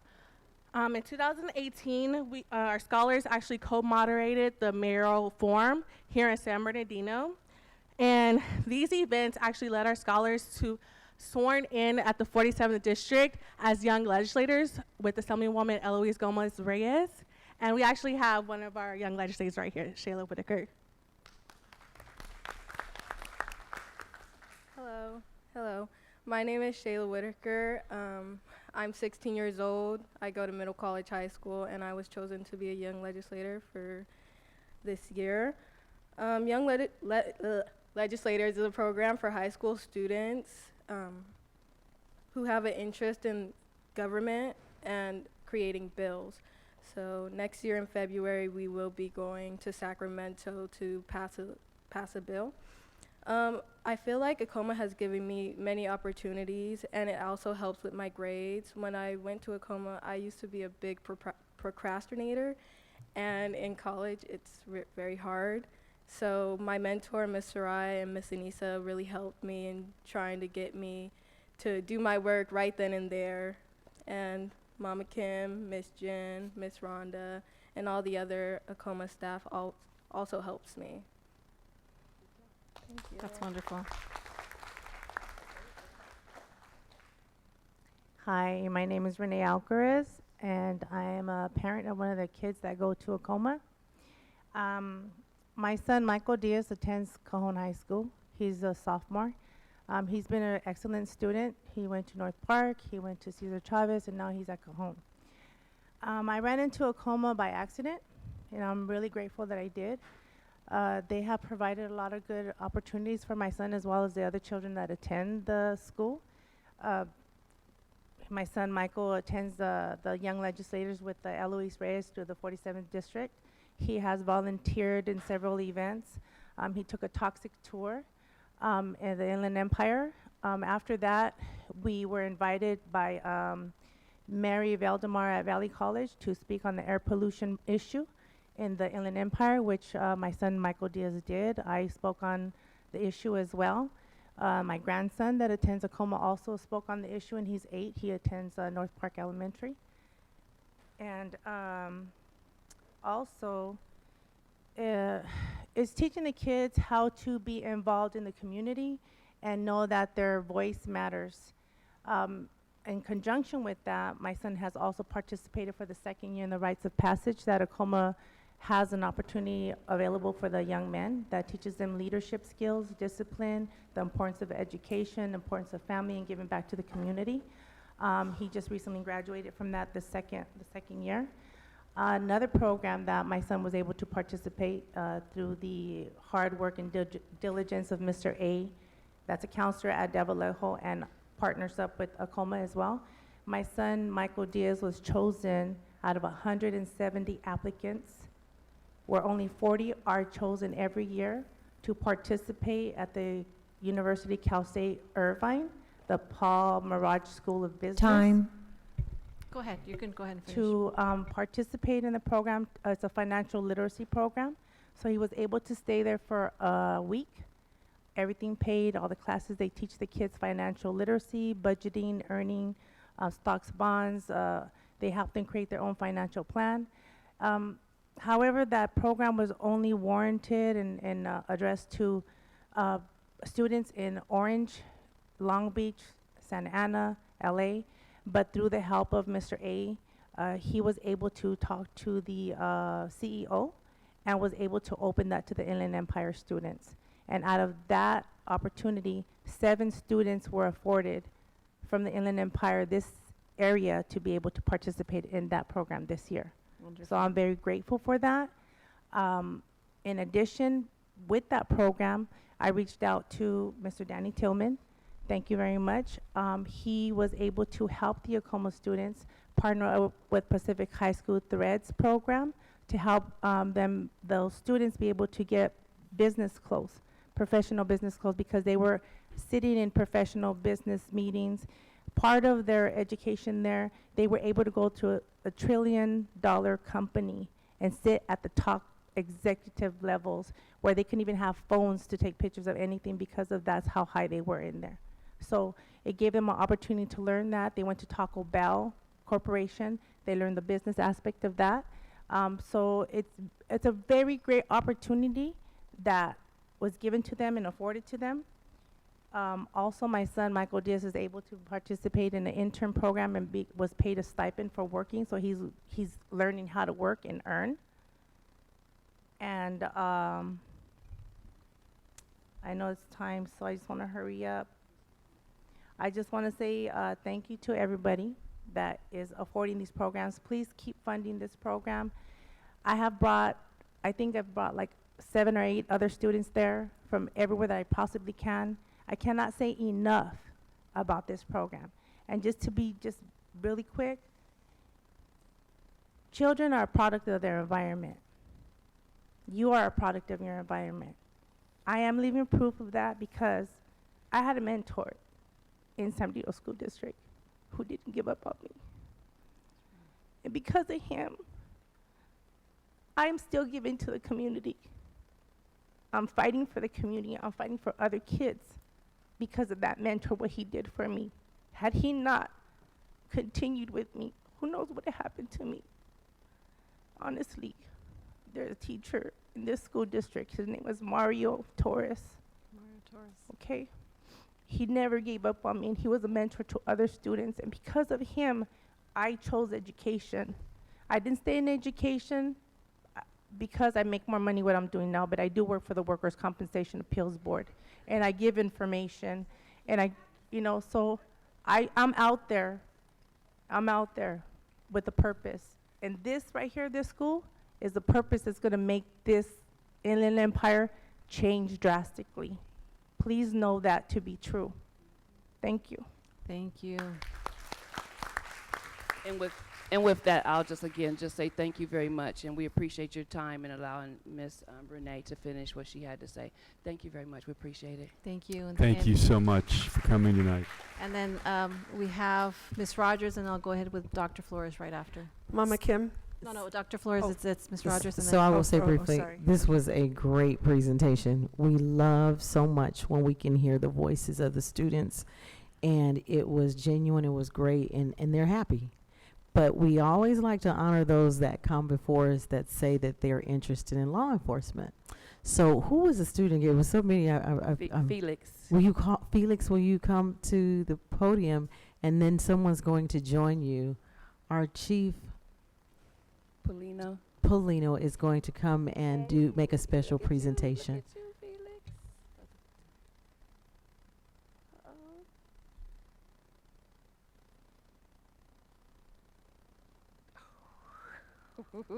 So we look forward to you being a future law enforcement. Thank you so much. Thank you. Great, thank you. And then Dr. Flores. No, I just want to thank Mama Kim for all your work and your love, and all the people, your staff, the parents, and the kids. And it's a testimony of how we work together, everybody together. And I would like to see this, as a board member, this to grow even more and have a bigger facilities and provide more services for our kids. What do you think, guys? Yeah? Yeah. And it's an honor. It's an honor to be in your presence and to see the kids, to see all your work that you do, the love that you have for our kids and our community. And and you're very blessed, blessed to be Dr. where Flores. all of you Thank are. you. So thanks. Thank you for all your commitment. Might I just say one thing about the scholars and the community that we serve, that if the district and others, we need to concentrate on homelessness, because we lose, with school just starting yesterday, we know that we've already lost 5 families, and that is, that's not something that we take very lightly. Ms. Rogers 2 years ago spoke with a young lady who talked about having showers at the middle school level. That family's been homeless for 1 year. Mom had a stroke last October. She's been in rehabs that took her even out of the city. She now has made it back to Redlands. Nevertheless, her family is still in the motel on Mount Vernon, and she has 6 children. So that's a really, really big issue, because we just can't tell you how many families that we have to give the end of the meal, end of the night dinner to, and those that are actually sleeping in their cars and stuff as well. So housing is it's just critical. So when we talk about absenteeism, homelessness is really a lot of that is due to homelessness. So if we could just work together to try to figure out how are we going to create more housing. And because Miss Vicki Lee, we love Miss Vicki Lee. I don't know what we would do without Miss Vicki Lee. And every family that that has come to us and we find out that what's going on, she does do the very best that she can. But what she cannot do is create housing alone. So if we could just all work together to handle that crisis, I appreciate it. Right. No, thank you for bringing that up, and that's crucial for not only San Bernardino, but in the surrounding areas as well. I do want to mention that just the heartfelt stories from the students and the parents. I mean, just being adopted. Just that simple fact. And I'm proud of the work that you're all doing. Yes. And then we have Mr. Tillman, and right after Tillman, Dr. Hill, did you have a comment as right? Okay. Thank you all for the presentation, and to the students, congratulations on great presentations. What you say, we can hear and feel. So it means a lot to the board to hear your testimonies. And on your item, I want to make a correction, because it says it's going to serve 185 African American students for Rio Vista names of schools. But I know you guys are more diverse than that. You don't serve just African American students, because I've had testimonies from people that I work with that love their students be there who happen to be Hispanic and other ethnicity. So we should make a correction on that, because I know you serve anybody that comes to your door. So I just want to make that correction and just commend you on the work that you have done in servicing the young people in San Bernardino. Thank you. Thank you. Dr. Hill? Thank you. And Mama Kim, I just want to say thanks to you, your staff, the students, and the parents, and the testimonies. But I know the case you're talking about, and just want to give you some comfort that I've been involved with the family that you were just talking about. And we're making some progress, not as much as we want, but we won't give up on them. Just want you to know that. Thank you. Thank you. Thank you. Dr. Marsden? Yes, thank you very much for all that you do. Thank you for coming tonight. Great testimonies from our students and families. Board now welcomes Trevon Martin with a CSBA update. So welcome, Mr. Martin. Oh, he left. Okay. Board welcomes Ms. Devonna Robertson, Black Parent Summit. Good evening, and thank you for your patience, and welcome.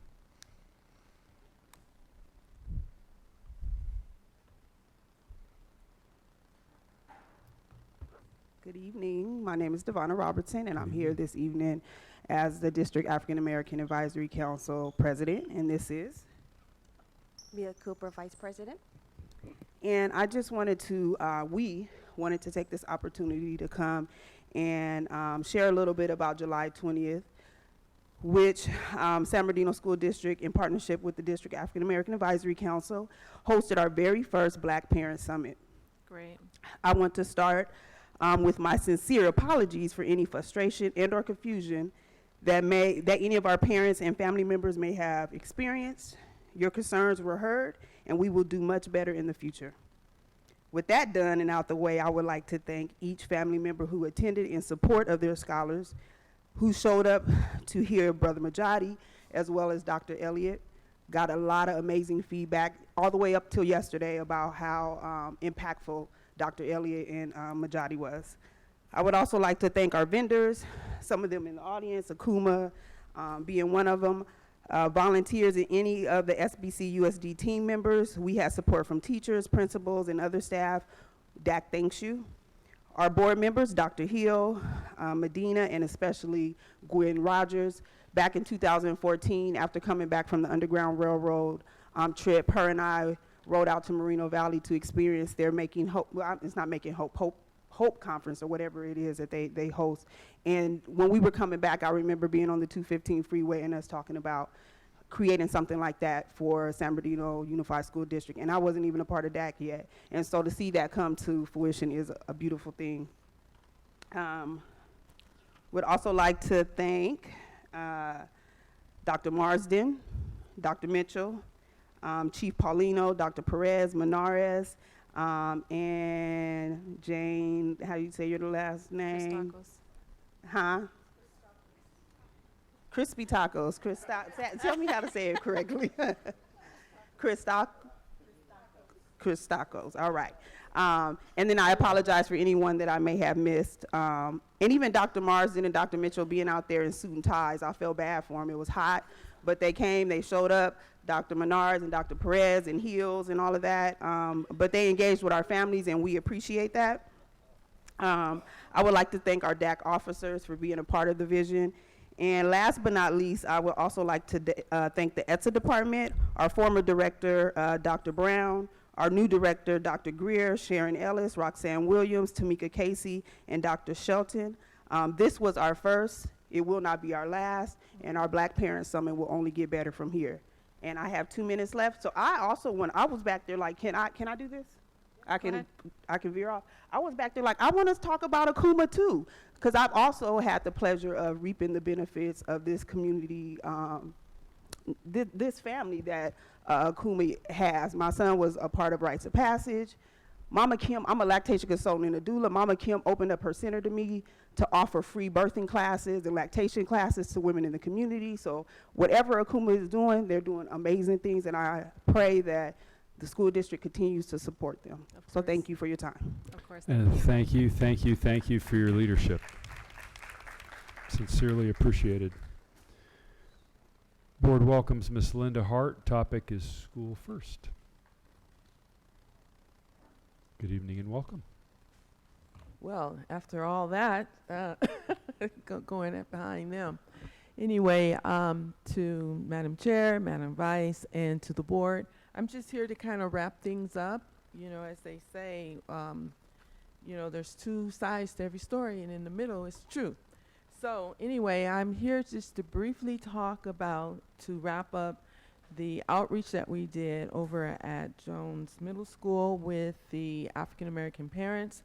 We were involved in working with 32 out of the 40, the 8 were he either have moved. Again, when you talk about homelessness, many of them were homeless, and so we were able to go and meet them where they live. I also want to be able to show some data, because I believe data tells the truth in all things. So I'm going to pass out to you the data. Remember last year when we came and we showed you the data from King Middle School, where we were showing the decrease or the increase of absentees. And so what happened is, in your database, it shows the year after. So the 2018 data I do have for King Middle School. And I'm going to share.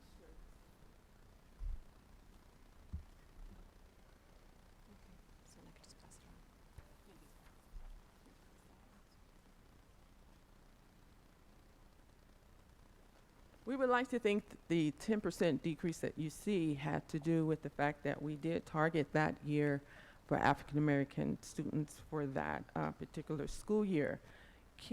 Jones data, I believe, will be coming out, real lifetime data. I'm still trying to get the update data for 2019 from Jones Elementary School as well. But here I have, you could either come by the office or I can pass these out to you, are actually all intakes where we met face-to-face with each parent that we were able to touch out of the 32 parents that out of the 40 that we were able to touch. And now what I would like to do is to be able to show you some data that I pull out. I just love data because I think it tells the picture about all things, when either you're making an impact or if you're not making an impact. So here are the data increases for the schools, along with the data percentage for African American chronic absentees. I'm not going to name off the schools, but I'm going to show you the data that I was able to pull off.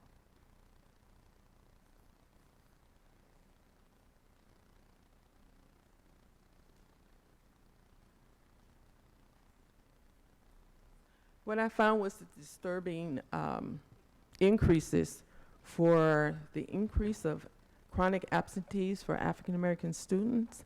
And so when we take a look at all the programs and working with the CHU and the other organizations that want to come in and do the outreach, I hope that looking at this data, they can take a look at the schools that really going to need their help. Because when you talk about an increase in 1 year, that's troubling for me, because I'm thinking of all the great programs that we have. If we have that number of people, students not going to school, then they're not going to be able to obtain in or access the information in all the wonderful programs that you have. And for you, Danny, the numbers there, if we talk about dollars, how much money, when we talk about this coming out of the district, if we're looking at the increases of some of the schools that I'm showing you there. So hopefully that data can help you. And if there's any way that our organization can continue to help you, we would love to be able to do that, so we can show, at least we can help reduce those increases that you're looking at. What does the increase mean? Okay, the one in the middle are the increase. What is increase in what? For instance, when you look at the middle column, that is the increase of absentees at that particular school. And on the end, that's the percentage of the percentage chronic total students at that school. So from year to year, from 1 year to the next? Right, that's 2018. So from 2017 to 2018, yeah, I had an increase of chronic 2017, 18, that's off of your 2018. Remember, you guys go back a year, so that's 2017, 18.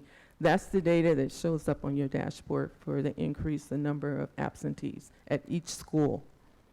I actually have to go in because when you really look at the data, if you don't go in and and really take a look, it kind of gives you a facade because, for instance, it'll say 25% it'll be in the orange. But when you go into the data and look specifically for African American, they're in the red. So I kind of like working with data, so I really go in and investigate. So hopefully, again, that data can help. Thank you. Thank you, Ms. Hart. Thank you. Board welcomes Ms. Lynn Ware, notifying the Board of Welfare Office in Davidson School District Neighborhood. Thank you and good evening. Thank you for your patience.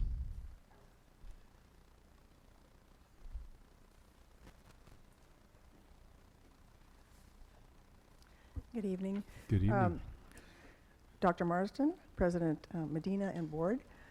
My name is Lynn Ware, and I am a lifelong resident of San Bernardino and currently reside within the Davidson Elementary School District. Tonight, I come before you in my capacity as President of the Muscogee Neighborhood Association, whose boundaries surround Davidson School. I'm accompanied tonight by Joyce Seeger, who is the President of Blair Park Neighborhood Association, whose boundaries also encompass a large portion of the Davidson District. Our neighborhood associations have developed a collaborative relationship with Davidson's principal and staff over the years, working together on various projects such as a formal flag ceremony, surrendering a tattered old American flag for a brand new one, excuse me, coordinating a highly successful safety disaster preparedness fair on the Davidson campus. And currently, we're partnering with Davidson and County Public Health to implement a Safe Routes to School walkability initiative. We are here tonight to inform you of a county welfare office building project located on the corner of 27th Street and Little Mountain Drive within the Muscogee neighborhood and within the Davidson School boundaries. This office site is in close proximity to Davidson. It is within 0.4 miles, 4/10 of a mile. We believe it will negatively impact the quality of life for neighborhood residents, and important to you as school board members, we expect it will negatively impact Davidson School, its students, its parents, and its staff. We have only just recently learned that the intended use for this office will be to provide Welfare Transitional Assistance Department client services, which is contrary to the belief by the city planners and the public that it was going to be an HR administration building. In fact, the county actually plans to relocate the TAD office from its current site at Highland and Massachusetts, which is in a business district. If this welfare office project is allowed to go forward, we expect the following: an increase in a transient population that will congregate and become entrenched in this area.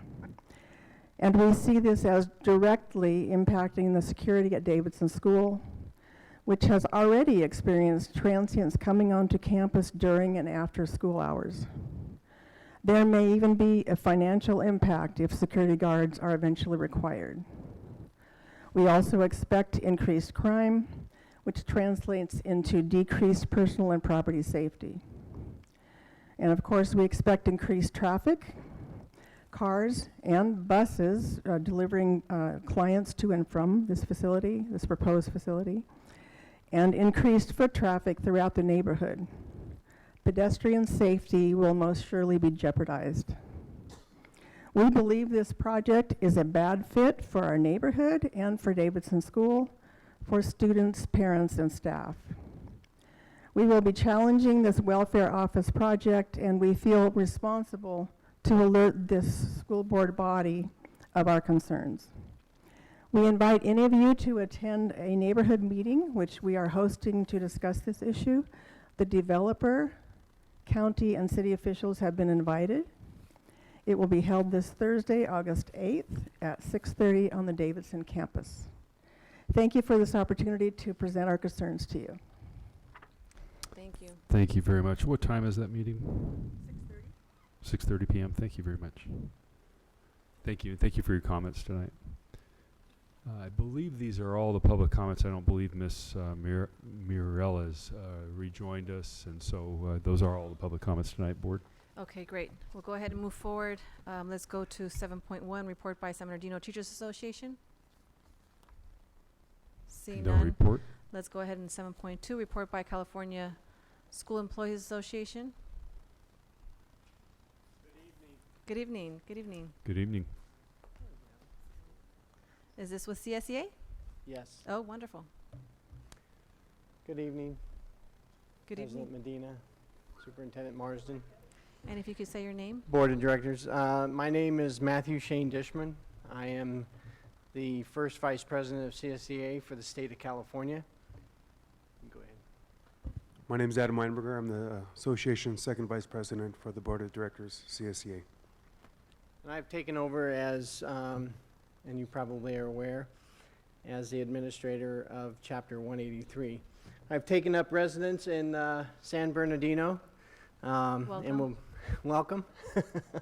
And we just want to make sure that, you know, that a little history about myself, just so you know. I've been a policeman for 32 years. I want to especially thank Chief Polino for meeting with me today and helping me try to get situated in the town. Thank you, Chief. But we just want to make sure that we're on a path of rebuilding from this point forward. And yes, I wear this hair all the time. So we will be working very closely with the district. We hope that we can have a resolution to the pending contract negotiations very quickly. And we just look forward to working with everybody. And thank each and every one of you, as I look at each and every one of you, for the job that you do every day. Thank you very much. It's nice to meet you.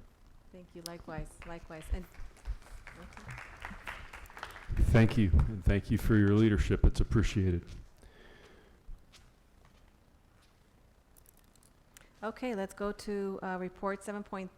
Report by Communication Workers of America. I 7.3. believe no report.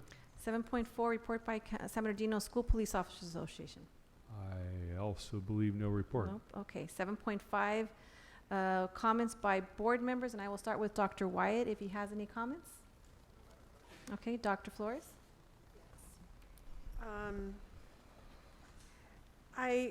Dr. Marsden, I wanted to ask, maybe this is directed towards Dr. Bettis. I wanted to update on the Positive Impact Stand Strong Domestic Violence program that was presented by Ms. Carla Quebec last time.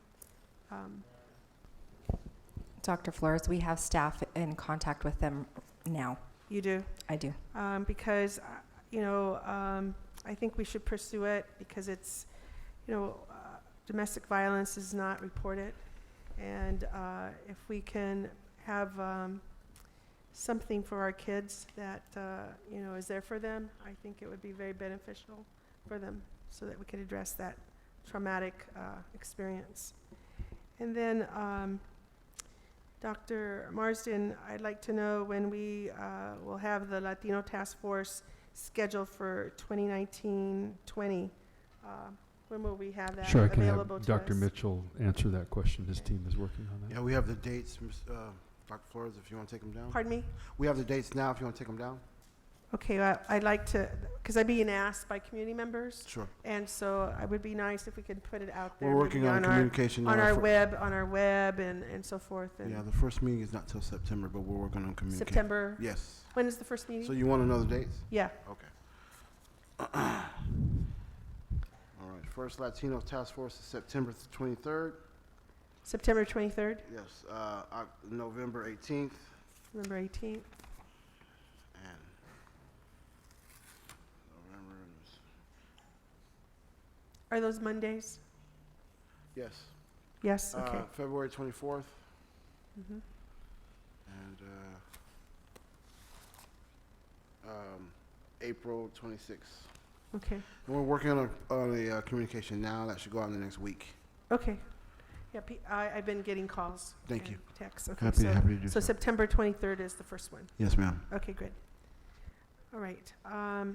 Next, I guess this is directed to you, Dr. Marsden, but I know that Dr. Volkemer is the one that's been heading this. I wanted to have an update on the evaluations of our programs that we have had this year, especially for our students. And I think Ms. Rogers, well, all of us have wanted to know a status. Mr. Gallo, myself, I think Dr. Wyatt is also. Dr. Volkemer speak to that. In terms of, where are you at? We'd like an update in terms of the evaluations of the different programs. Happy to have Dr. Volkemer speak to that. Okay. We'd be happy to provide that up. Sorry, struggling with my voice. We'd be happy to provide that update for you and give you an update as to where we are in process and any specific actions we've taken with any particular programs. Okay. Well, clearly, we saw with COMA the testimonies in terms of their evaluation and so forth. But in terms of the metrics that we need to say that, where are we at with all of our, services to our kids. I really am curious about that. And then lastly, in terms of, next to the last, I think Ms. Kostakos was going to provide us the amount of carryover, right, in September, in terms of how much carryover we had in our budget. Correct, in September. In September, okay. So just saying that. And then I want to welcome all the students and the teachers and staff and administrators to first day, or yesterday, of school. Everybody was excited. I took my granddaughter to school today, and it was a madhouse, but a happy madhouse. And everybody's really joyful and happy, so I think we're off to a good start. I haven't heard any complaints about air conditioning, so I think we're good there. I'm sure you have, but I haven't heard any from anyone. So are we good, Dr. Marsden? Are we good? Yeah, we're good. Okay, so I'm happy to hear that. So thank you, staff, and thank you for all the board correspondence. And it helps a lot in terms of what we need to know. Thank you. All right, Dr. Hill.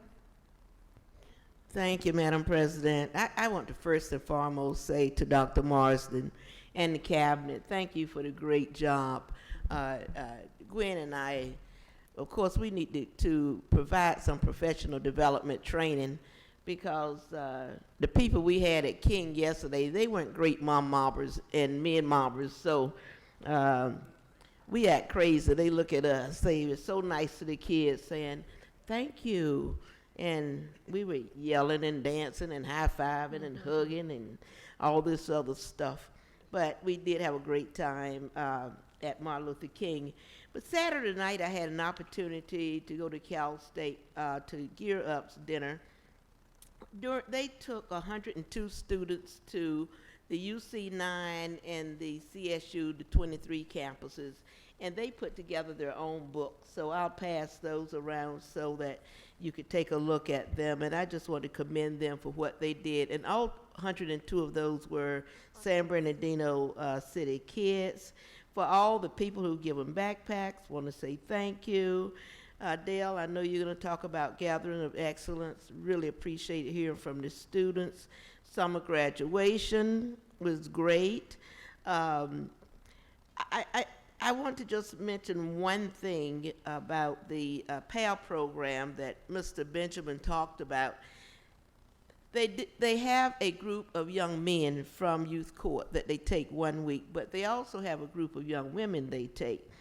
One young man from Arrowview was a part of youth court, and of course he said he was not going to go to Silverwood Lake and hang out with no police officers for a week.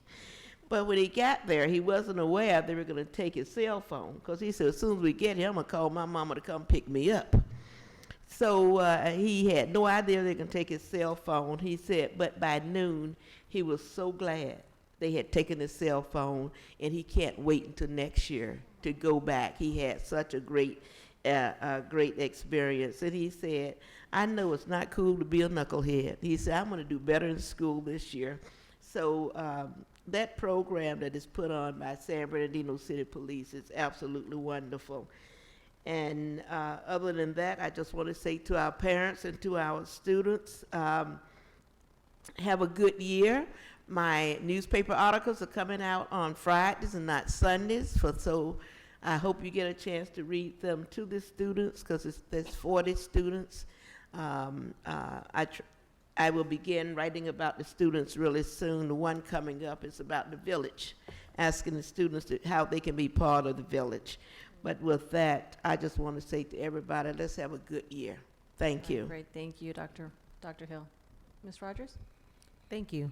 I just want to say welcome back to everyone, and I think we're all on the same page because everything I would have said or could have said has been said. So welcome back. Looking for an exciting year. Abigail and I did have that was so impromptu for us, but as I said, it comes from the heart when you're not staged and you're able to just do and say. And so we're grateful that communication made sure, as Janie was making faces at us when we were actually recording that. But thank you all. Let's have a great year. And we were as is. Great.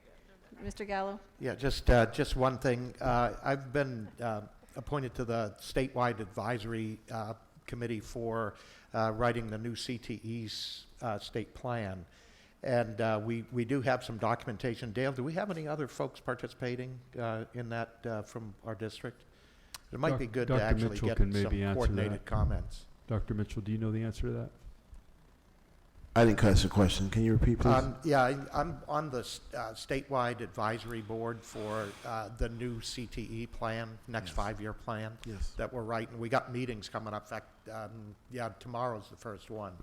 And I was wondering if anybody else on the district is engaged, and if they actually, and if not, if you guys have any maybe input that you'd like to see reflected in that state plan. I can certainly bring it to the gang.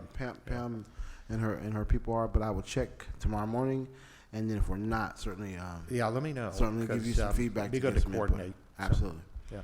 Thank you, Mr. Gallo. Great, thank you. All right, Mr. Tillman? Yes. Over the years, we've had the outstanding student, and I've added a couple other ones. I want to recommend adding when they bring in the outstanding student for that school, we do the parent, and we do a teacher and a classify. Yes. I want to add a grandparent. A grandparent? Yeah. Wouldn't that fall into the parents as well? No. No? No, because a lot of times you have, because like the other day, we had a grandparent that came down with the 61 golf team. And I think if we recognize grandparents, it may encourage other grandparents to feel, not only be more involved, but even feel appreciated. Okay. Because it is, I think, an extra commitment. You've raised your kids already, and to still be motivated to help your grandkids is something I think that should be awarded and noted. All right. So, the grandparents that don't necessarily have their the grandchildren live with them, those are the grandparents that are involved. Some will. Some will be ones that volunteer. Some pick their kids up every day. Some take them to the programs. Some are always at the events. Some, I'm sure, volunteering at the sites. But just recognize them. Yeah, that sounds like a great idea. Yes, thank you for sharing that. Thank you. All right. I was at the Black Parent Summit, and I know many of as it was mentioned earlier, many of us were there. It was great to see so many parents and just how, this was the first year, especially when you look at our district doing things. It's great because we're able to do things on our own, and there might have been hiccups, which I didn't hear about, but that's always a learning process, and I'm just really excited about next year and how it's going to be, and the amount of people that are going to be coming to that. But while we were there, we did have a conversation regarding transportation for after-school programs or programs that are contracted to the school district. And I was walking through a neighborhood in Highland and speaking with a family and didn't even know what the BCs were, and they're like, oh yeah, there's BCs here. And I didn't understand what that meant. And I was like, when you clarify, and he says, well, it's the Bloods and Crips. And the reality is many of our children are walking in neighborhoods. And one of the complaints the parent had was, well, first of all, we don't have money for transportation. So if we want our kids to even participate YMCA, we can't, first of all, afford that maybe $35. And then having to take our kids walking through these neighborhoods is a reality they're facing. And so people will complain, well, maybe it's a block away, but yet walking that one block is not necessarily the safest thing for the child, and it could be even a teenager. And so one of the things I'm looking at as a proposal for the district is looking at after-school programs and providing those transportation. I don't know what it would look like. Would it be vans? Would it be for smaller organizations that maybe have only 10 students? What that would look like. And it doesn't have to necessarily be in stops. It could be just picking up from their home. And so I would like for our district to look at that and maybe investing in those type of programs for students, because they want to participate, they want their children to participate, but unfortunately not everyone can do so. Okay, and that would be basically my public comments. Thank you, So then we'll go ahead and go to Dr. Marsden, 7.6. Thank you, Ms. Medina. And as Dr. Hill mentioned, most of the board was able to attend, actually. Thank you for coming to the employee gathering, and we had just a great lineup of our students were our keynote presentation, and it was a fantastic way to welcome the year. You would have been proud if you didn't see her in action of your former student board member, Yoselin, and so she did just a fantastic job. And on board with that, we do want to reschedule a subcommittee of the board to select our student board members. We have several that have applied, and I'm having a tough time selecting, but I will select if you're not available, because I do want to get them into place. So if you are available this Thursday, August 8th, that's this week, from 11:30 to 1, I'm just checking to see if you are. You've all previously confirmed, but if you are still available, we'll go forward with the meeting. If not, then I'll just select if something's come up for you. So Dr. Flores, are you available for that? Okay, fantastic. And Mr. Gallo, would you be available again for that? Oh yeah, I think we could do it within an hour easily. Yeah, Miss Rogers, would you still be available? Okay, fantastic. So we're going to maintain that meeting and hopefully select those students and notify them and get them oriented and engaged quickly.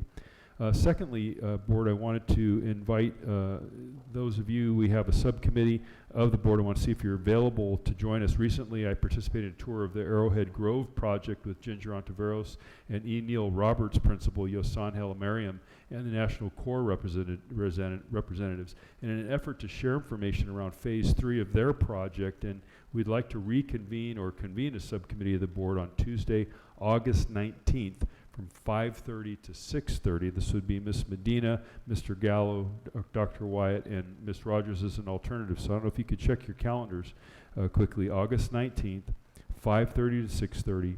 What we'd be doing is discussing possible next steps. We'd bring the principals from that area. Mr. Murrieta from neighboring Sierra as well would join us in the conversation. This would just be an initial conversation about possible next steps to tee up the potential of a future presentation to the entire board. So again, that's August 19th, 5:30 to 6:30, just be for 1 hour. Ms. Medina, would you be available on that day? Fantastic, thank you. Can I ask a question? Dale, yes. Is the conversation going to be in terms of changing Sierra? So what I think where we're at is only at an exploratory phase, Mr. Tillman, and it would be what are the possibilities, because that hasn't been raised. There's been no decision made. Any decision that is made would be made by the entire board. And I think the rationale behind a subcommittee meeting is to be able to ask some of the questions in advance, so when the presentation comes to the board, for the board to then begin this dialogue together and provide direction. All the homework has been done and prepped up. So this allows an opportunity for board members to say, hey, these are questions that we're going to raise. Let's do this work together. So the presentation can be teed up well. I would just be careful, because any conversation like that, causes concern and a ripple effect throughout the whole community. And I know no one is suggesting we're going to not have a Sierra High School. I mean, I was going to bring it up and talk to some folks talking about some of the dual sessions are not happening right now. Is that, I mean, they're not doing day and night anymore, or something happened? There was a change there? I'm not aware of that change. But I'll talk I to don't think- staff. yeah. Because but I know Sierra is critical to our district, so. No question, and there's not a and- question on the right. table about any of that right now. This is an exploratory and understanding of what is already, and then any discussion, Mr. Tillman, would involve the entire board. Okay, thank you. Madam President, just a point of clarification, Dr. Morrison. Yes. What are the issues, or what is the exploratory goal? Yeah, sure. So I'll give you an example. I went on a visit, as I mentioned in my notes, recently with Ms. Ontiveros, Ms. Helamariam, with Lorraine Perez, I think, joined us as well. No, did you? No, you weren't. Ms. Ginger Ontiveros did. And we took a tour of the property to see what the development is and to understand what is Phase 3 for Arrowhead Grove, what are they doing? And then looking ahead to what possibilities may exist further to help the entire area be one community. There's been all kinds of things discussed. No decisions have been made. Any decisions that are made by this board. But I think what's important is that the board has a clarity.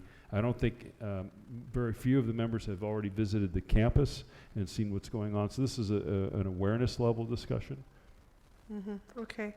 Well, I'm with Mr. Tillman. Sierra is an important aspect of this I'm not district. saying anything about Yeah, Sierra, so I want you to know, please don't Alright, hear from okay. me that Alright. anything is being said about Sierra. I'm simply Okay. including, we have a belief we involve people in decisions that Yeah. affect them, so if any decisions are made, we want to start from the very beginning of engaging the board, local school leaders, communities, so then they can actually help refute rumors, because I've personally gone to schools to refute rumors when they heard, oh, we're building a K-12 or we're taking Sierra away. None of that has been decided. And if anything is decided, it would be decided by this board. It's simply a matter of a conversation around awareness of what is Phase 3 look like for Arrowhead Grove, how. And they've come to you? I'm sorry? They've come to you to ask? We have been in an ongoing dialogue since they started day one building Arrowhead Grove, and now they're entering into Phase 3. And I don't think this board is aware of what Phase 3 looks Well, like. I remember they presented it, and Yes. we raised issues regarding what they foresaw, because they didn't have any input from us. Would your preference be that they start here and then, if necessary, to convene a subcommittee of the board? I think especially if they're going to be open about what they would want. Because I tell you what the problem is, just you saying that the principal of Sierra is going to be included in the meeting is going to cause some concern for a lot of people. So and in the past, they have said what they wanted. They would rather shut down some schools and make it K-12, and the schools just for that development, which is contrary to. Now, I guess that's the biggest frustration I have is we have people that build houses, build apartment complexes throughout the city, and the district has a way of accommodating those new housing and apartments in our district. I mean, I think a perfect example would be Akuma. We built a school and a center, and we got new students, and so we have ways of doing it. We have ways of having metrics to say as more students come, we build new schools based on the need. That exists already. So I think the part I have concern is to do something outside of the regular structure, and this is outside the regular structure. But I would prefer that they do come and then all of us hear what they have to say. Most certainly. Yeah, and I would prefer that. Then we're here, we should agendize it. So Yeah. all 7 board members are privy to their plans. Most certainly, I'd be happy to do that. The next item I wanted to mention is our Norton Elementary School K-8 update. And so just wanted to make sure the board is kept clear and informed on the work that we're in process of right now. So with that, Dr. Mitchell can provide for you a sense of where we are now.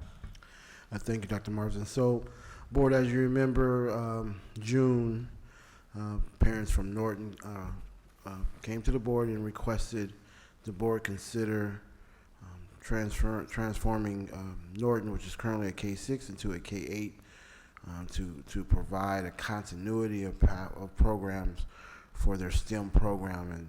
And we all acknowledge that the program is highly successful. It's hands-on and project-based, and the kids have thrived in that environment at Norton that our leaders and teachers and staff have been able to create. I then met with those parents to talk with them specifically about it, told them about the challenges the district would face turning an elementary school into a K-8 within a month before this school year started. They came back to the board. We talked a little bit more. The board's what I heard from the board is one, the continuity of program was a high priority for you, not just at Norton, but just consideration across all of our exciting pathways in our elementary schools. And one of the things that came out of that was being clear in our program information and brochures and information for parents about what our pathways are and what our intent is around starting pathways to high school going down. Certainly acknowledging that there are some programs that are budding at the elementary that we should consider trying to provide a continuity of program. Mr. Gallo and Mr. Tillman specifically talked about the fact that we should just be sensitive to getting kids started in an exciting pathway and then not having an ability or pathway for those kids to continue. And so so the next step for us, and we've communicated with Ms. Cochran-Benoit, Dell and I, we've communicated that, number one, we will convene a stakeholder meeting in terms of internal staff alongside Elizabeth to look at all of the ins and outs and looking in consideration of going K-8 for 2021, including all our facilities, maintenance and operations folks, financial folks and planners and all the curriculum folks, all the hands and heads necessary to make a thoughtful, considerate recommendation to the board, to cabinet, around exploring a K-8 situation or opportunity at Norton for 2021. Secondly, what we're continuing to do and formulate is finding a continuity program for those particular 30, 40, sixth graders so they can continue their interest at Curtis. And so our staff, are currently working with Curtis staff to evaluate a pathway for those kids to be able to continue their work in the particular STEM areas that they've developed capabilities around at Norton. And so just wanted to report to the board that once we convene that meeting, we anticipate it'd probably be a couple meetings. There'd probably be an initial meeting where we'd kind of scope out the size of the problem. Probably call another meeting where everyone would bring back relevant data so that we were able to make a decision. And we just do kind of an interest-based solution kind of concept around what are our interests, what are our shared interests, what is our intent, what are we all after in terms of shared understandings, and then what are the barriers and opportunities that presents us in a real tactical way, and then we get to a consensus and be able to fashion a recommendation to the board. And meanwhile, we will get something up and running for those kids currently at Norton that are transitioning into Curtis, primarily into Curtis, to continue their work. Thank you, Dr. Mitchell. Thank so you. Again, board will provide you further update later. Finally, board just wanted to. Oh wait, hold on. We have board comments. So Dr. Yes, because the intention was when we added it to make sure that Dr. Morrison is to get a direction from the board a little bit, because we didn't want to have it on the agenda, but having a brief discussion. So you had a question, Mr. Gallo? Yes, Yeah. Go ahead. And thank you, Dr. Mitchell, for that. I think that sounds like a really good pathway and things, I think, to provide and see if we can have some, some kind of opportunity for these parents not to just lose what they'd kind of done. And just as we discussed the last time, you know, we saw kind of different levels here, where Norton was kind of focused on really an advanced level, perhaps, of, you know, in the advanced manufacturing pathway, and, you know, Bing Wong kind of looking at the exposure levels, kind of like just kind of a literacy lab, like they do with their STEAM lab there, and then feeding into Curtis and ultimately to Indian Springs, and maybe a couple of tracks, one kind of being a level 1, and then another one maybe being a advanced level. And so part of the advanced level pieces that we had spoken with the Department of Education on, you know, I chair the Career Pathways and Education Committee for the State Workforce Investment Board. And this is where I met a lot of these people. In fact, they got a new CTE director at CDE. He's on my committee.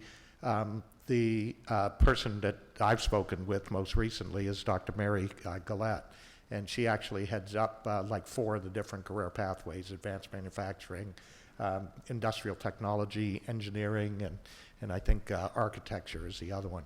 And they have identified opportunities for Norton, specifically because they heard of the great work that they're doing, that if they were to transition into K-8, there was a lot of dollars that they'd be willing to push forward to fund not only the academic instruction, but also building and equipping labs and things. But it's got to move to a K-8 if you're going to do this. Now, you know, we got a couple of, you know, options here, at least for parents to transition and move to, you know, a middle school environment, which is great. But these are for the primary role of them is to see that students actually transition into community college at the high school level in an advanced level. So they would be receiving industry certifications in high school, and that's typically kind of maybe one step above where we're kind of doing at Indian Springs right now. So that with the pathway that Norton could create, you know, Norton to level 1, let's say, at Curtis, but maintaining maybe an advanced pathway in a couple of classes or something at a middle school level. It just was an opportunity offered by Dr. Gillette. And they want to bring down the CTE director. They want to bring Tony Thurman down to see what's going on in this, because not many people are doing this at the elementary school level. It is just a handful of elementary classes are really engaged in this type of activity early on, and they can bring dollars to it when you move to a 7 and 8. So it's just an opportunity. We should probably add it to the mix of the things you're pursuing, and you know, I think this is great dialogue. So Ms. Cochran-Benoit did speak to Dale and I about that. I did ask her to gather all the information that she has to bring to bear at that meeting. Great. Thanks, Kate. And I just want to commend you on the work. I think this is great. This reminds me the start of middle college. And a lot of us that are here now think about middle college, the school itself, but that wasn't the case. When it started, it was the most raggediest building you can imagine, across the street from Valley College, just a room they weren't using, and that was the start. And no one knew it was going to end up being a full school. But I mean, this is, I think, being nimble and responding to the new technology. A lot of the stuff they're doing there is brand new technology. 10 years ago, we didn't have 3D printers. And to see the work that they're doing with that type of stuff, I think that's why they're being noticed statewide. But I think it's up to the district to respond. But I think when you're doing this, if we're going to do 2021, I think it's great. But at the same time, I think you should be preparing for what you're going to do at that high school level, because it's going to come up on us quick, right? So we know the next phase is they're going to transition into a high school. I don't know what high school that is. Indian Springs, most likely. Yeah, I don't know what the district. Yeah, it'd be Indian. Okay. Mm-hmm. Is from a practical perspective, is that that's the feeder pattern? Is Is that where the Norton kids would go? Yes, Norton, Curtis, Indian. Yeah, I thought they went to Arrowview, don't they? Isn't that where some of the, I think it's kind of split, but The majority I of our suppose you'd feeder wanna systems, see 'em go so to the majority Curtis. feeds, there's always one-offs, but the way we have our feeder system set up is that the majority of the middle schools feed into one high school. Are we providing the transportation? Well, they're next door, Curtis and Indian, right? So, I mean, for the students that go to Norton, So all of our students are eligible for our current bus travel. Okay. Yeah, so all That's of that. great. Yeah, absolutely, All right. absolutely. But I hear you to consider that those kids would eventually matriculate in high school to make sure that we don't have the same problem. exactly. Got it. Thank you. Thank you. Thank you, Dr. Mitchell. And finally, the board just wanted to welcome this year's seniors in the class of, you can believe this, of 2020, and to this year's incoming kindergarten class of 2032. So welcome back to our students and the start of school. Those are my comments. Okay, great. Let's go ahead and move to consent calendar 8.0. Do I have a motion? Okay, any items to be pulled? I do. Hold on one second. Where's my consent? Okay, what Um, item? Yeah, I have. 8.10, just for clarification, 8.13, and 8.30. Okay, and then who else? I want to pull 8.47. I Okay. need to recuse myself. Okay, going once, going twice. Okay, let's go ahead and call for the vote. All's in favor say aye. Aye. All's opposed say nay. Okay, motion carried. Let's go to 8.10. Okay, I just needed clarification, Dr. Marsden. I know it says there's no cost to the district, but my question is, how many schools are we going to pilot, are going to participate in the pilot? Sure, thank you, and thank you for your question. Ms. Christakos will answer that question for you. I actually could have Adrian come on up, but it looks like Lincoln, Neil Roberts, and Muscoy. I'll let her tell you. And I'd like to also have a clarification of how it's going to work, because I thought we had a before-school breakfast program. Very good. Hello. Hello. Hi. Adrian Robles, Director of Nutrition Services. To respond to your question, the Share Our Strength is part of the No Hungry campaign. They have a partnership in trying to help promote and market, because participation for breakfast nationwide is around 23%. And so it's a campaign to help get the kids come and eat. And we're only looking to start out with one school and maybe two to see how it develops. But we're mainly looking at like second chance breakfast during the recess time. So we'll have a grab and go breakfast. And it's more to help promote and market the program for us. What does that mean? They're going to advertise to our parents, maybe go to parent meetings, kind of spread the word about the importance of breakfast and to help get the kids come and eat. Because part of the struggles that we have is getting the kids to come on time in the morning for school. And this allows them that opportunity that if they don't make it in time, to have a meal. Because going from dinner the night before all the way until lunch is a long time to go without eating. So it's for the kids that don't get to eat when they come? Okay. Yes. All right, that's good. And then how are you going to monitor it, or how are you going to? We'll be looking at the breakfast participation rate and how well it's received by the kids, you know, if they're eating the meals. And I can provide an update for you. Okay. So how will you know that they didn't get breakfast? We have a record through our meal accounting system, so we know who has received a meal that day or not. Okay, so the Yes. kids have to give you a number. That's correct. Okay, all right, great. Okay, thank you. Thank you, All Ms. right, Robles. great. So moved. Yes, and I just didn't read the topic, which was the title, Agreement with Share Our Strength, Inc. Thank you. Okay, so we have a motion. Is there a second? Any further discussion? Hearing none, let's go ahead and call for the vote. All's in favor say aye. Aye. All Aye. opposed say nay. Motion carried. 8.13, 8.13 involves master services agreements for architectural and engineering services. Thank you. And I've been on this board since 2008, and I've never seen an agenda item like this before. I actually have two questions. And the reason I'm raising the question is because when we have, in the past, we've had bids that go out for facilities.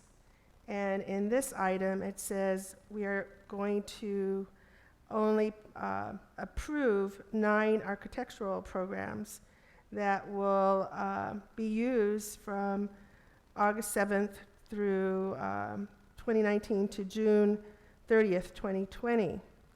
So my question is, I thought we had to give RFPs for any facilities, planning and development that we're going to have, so that we have bids so that they're competitive. Ms. Christakis can clarify. Right, that's my first question. The second question is, I would like to know, this board has committed to providing, diversity companies and having equity in terms of providing equity to diverse companies that represent diversity in terms of all kinds of bids. So I'm wondering what type of diversity they represent, these companies. So they went through a process. You interviewed several firms, correct? And they are also going to do another process for small projects, because we often will have small projects. Maybe a site wants to do something, so we'll add additional firms for those small projects under 100,000 that often go through maintenance and operations. Right. And Joe can fill you in on the process they took for this one.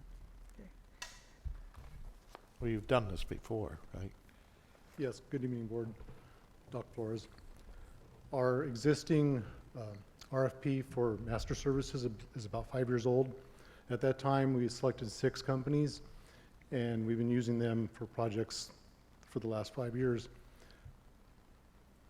We have had issues with a couple of the architect firms, and so we thought it was prudent to do an additional a refresh of that RFP.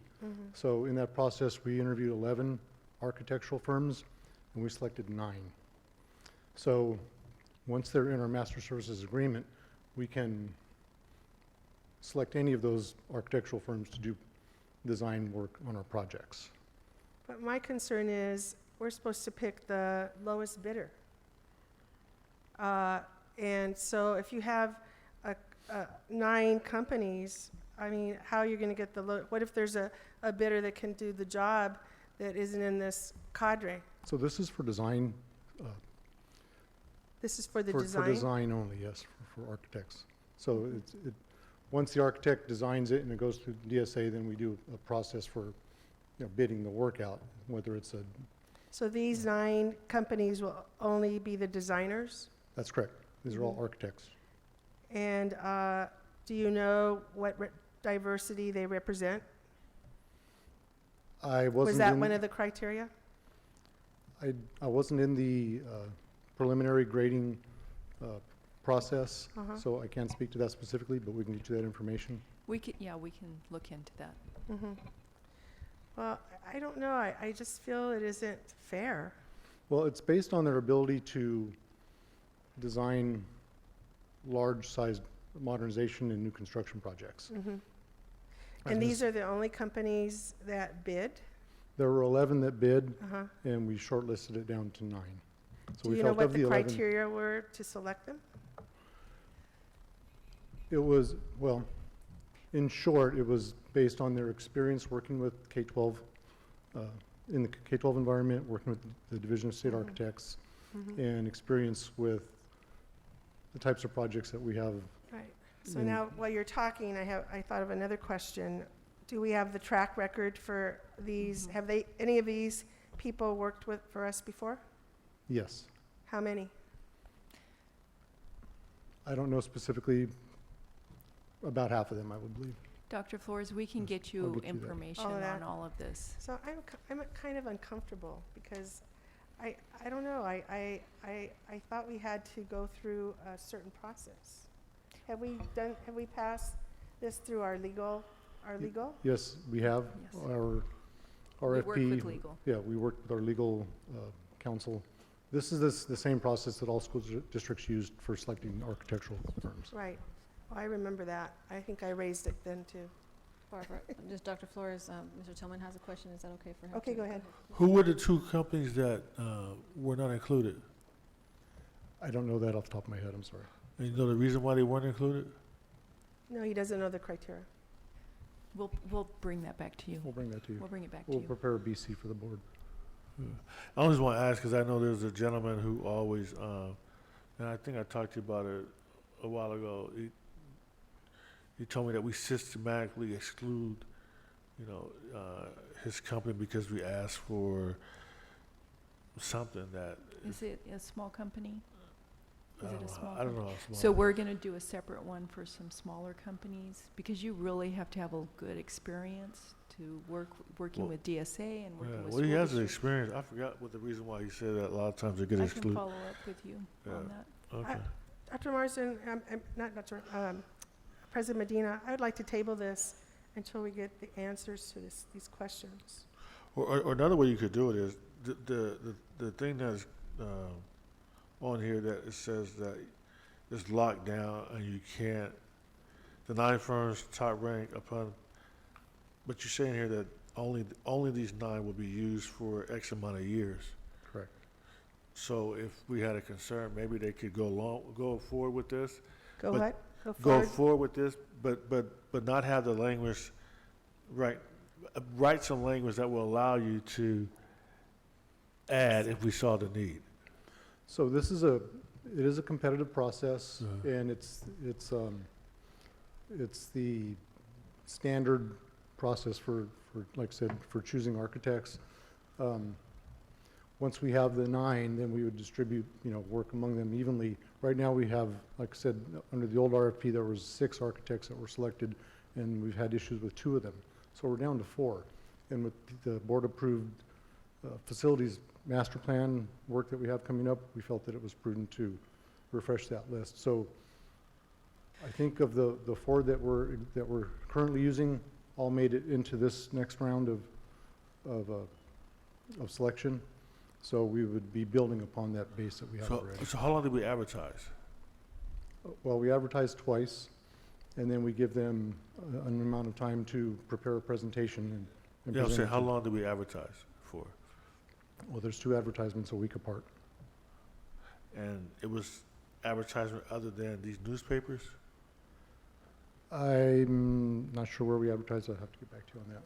Because my only other concern is that if we called certain companies and then the other companies didn't know and didn't get the word that we had it open, so then, and I only hear about this after the fact, I didn't know it was open, and, because there's a lot of people that don't read the Sun and the El Chicano and the Precinct Reporter. There's So- notifications through cash and all the statewide.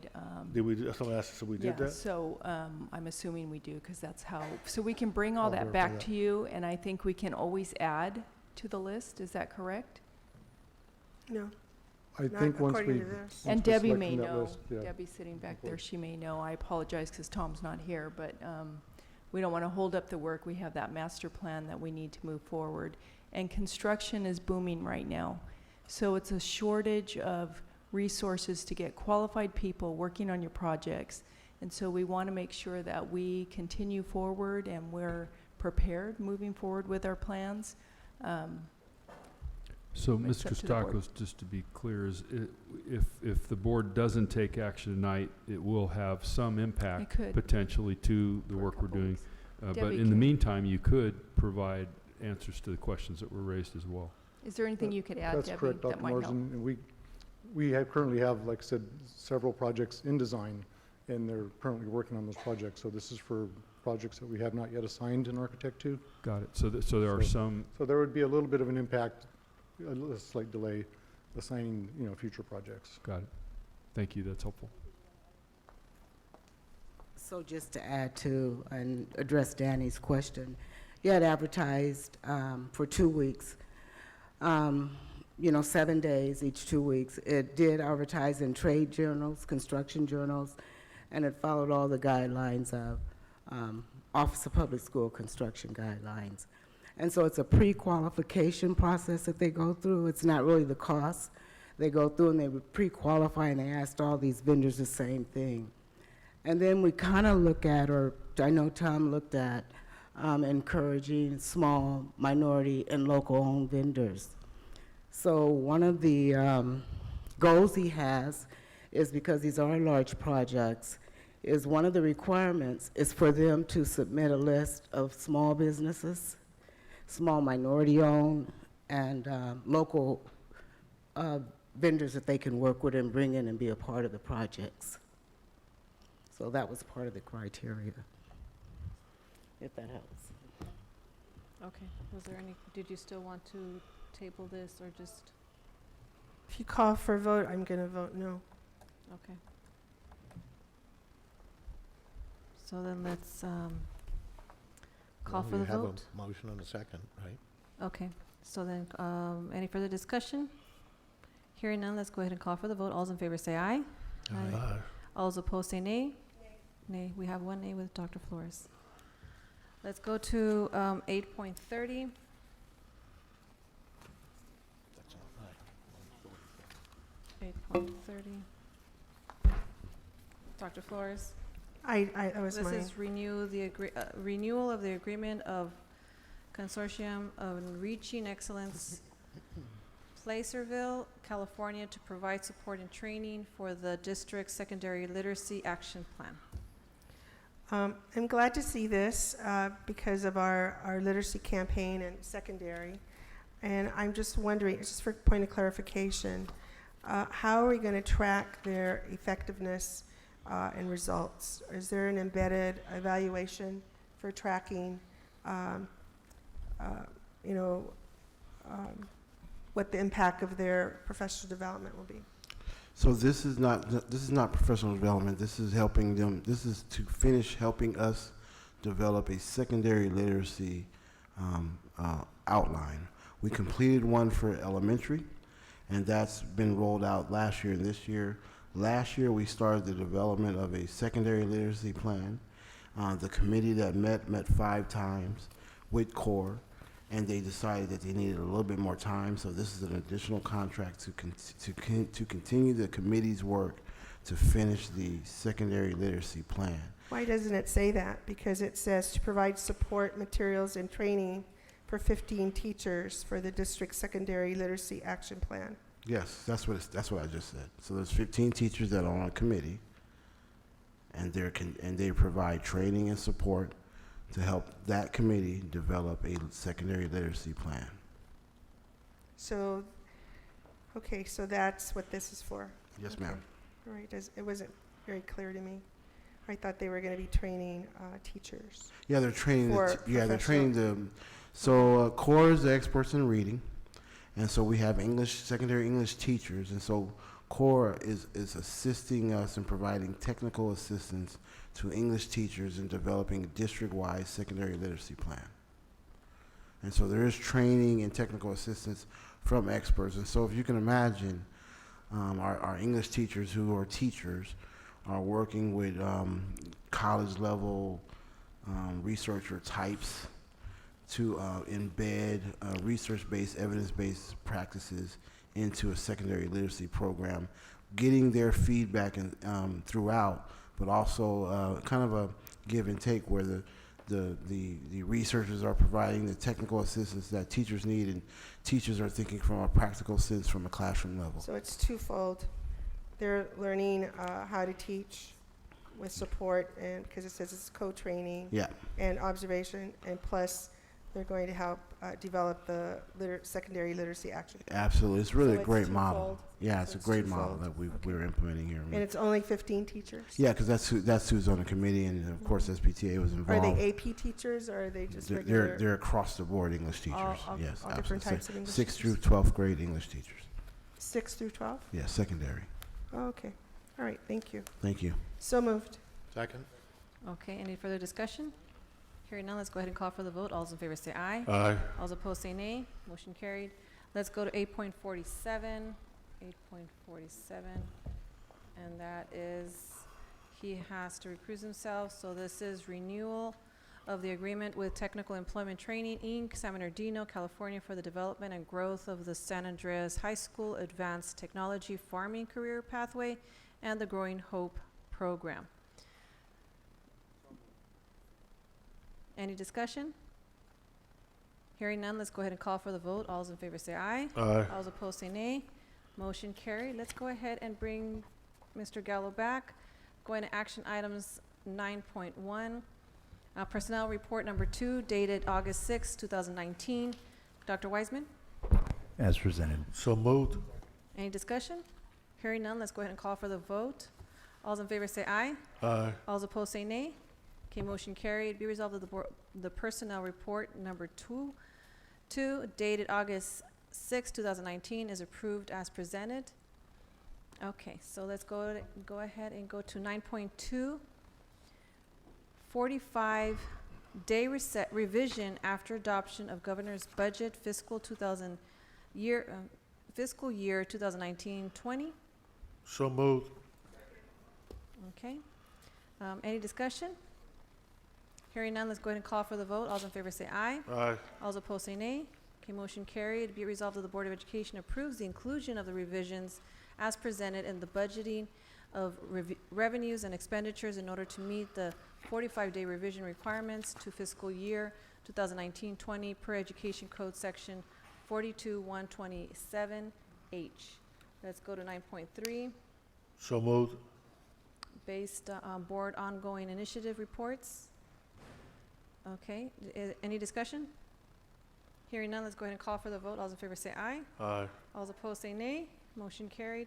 9.4, board top 10. Second. Any discussion? Hearing none, let's go ahead and call for the vote. All those in favor say aye. Aye. All those opposed say nay. Okay, motion carried. 9.5, board follow-up. So moved. Need a second? Okay. Any discussion? Hearing none, let's go ahead and call for the vote. All those in favor say aye. Aye. All those opposed say nay. Motion carried. 9.6, future agenda items. So moved. Okay. Any discussion? Hearing none, let's go ahead and call for the vote. All those in favor say aye. Aye. All those opposed say nay. Motion carried. Let's go to 10.0, summary of board requests. Dr. Volkemer? Thank you, Madam President. Board, I have the following items listed for follow-up. Number 1, continue to explore the positive impact, I think if that's the correct name, Dr. Flores, positive impact domestic violence program, bringing that to students. Number 2, be sure to publicize the dates of the Latino task force, and I added obviously the African American task force as well. Make sure that we do a widespread publicity campaign on the availability of those dates. Bring the board an update on program evaluation and where we are with that process and those programs. Next one is provide the amount of carryover in September from our budget process. Next is in terms of our board recognition program that we have each month, include grandparents as well as parents and students, et cetera, and employees. Explore the possibility of providing transportation through our after-school programs to various other types of programs in the city.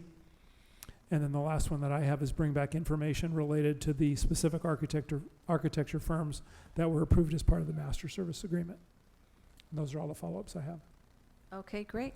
So that means we're now at 13.0. Can I have a motion to adjourn?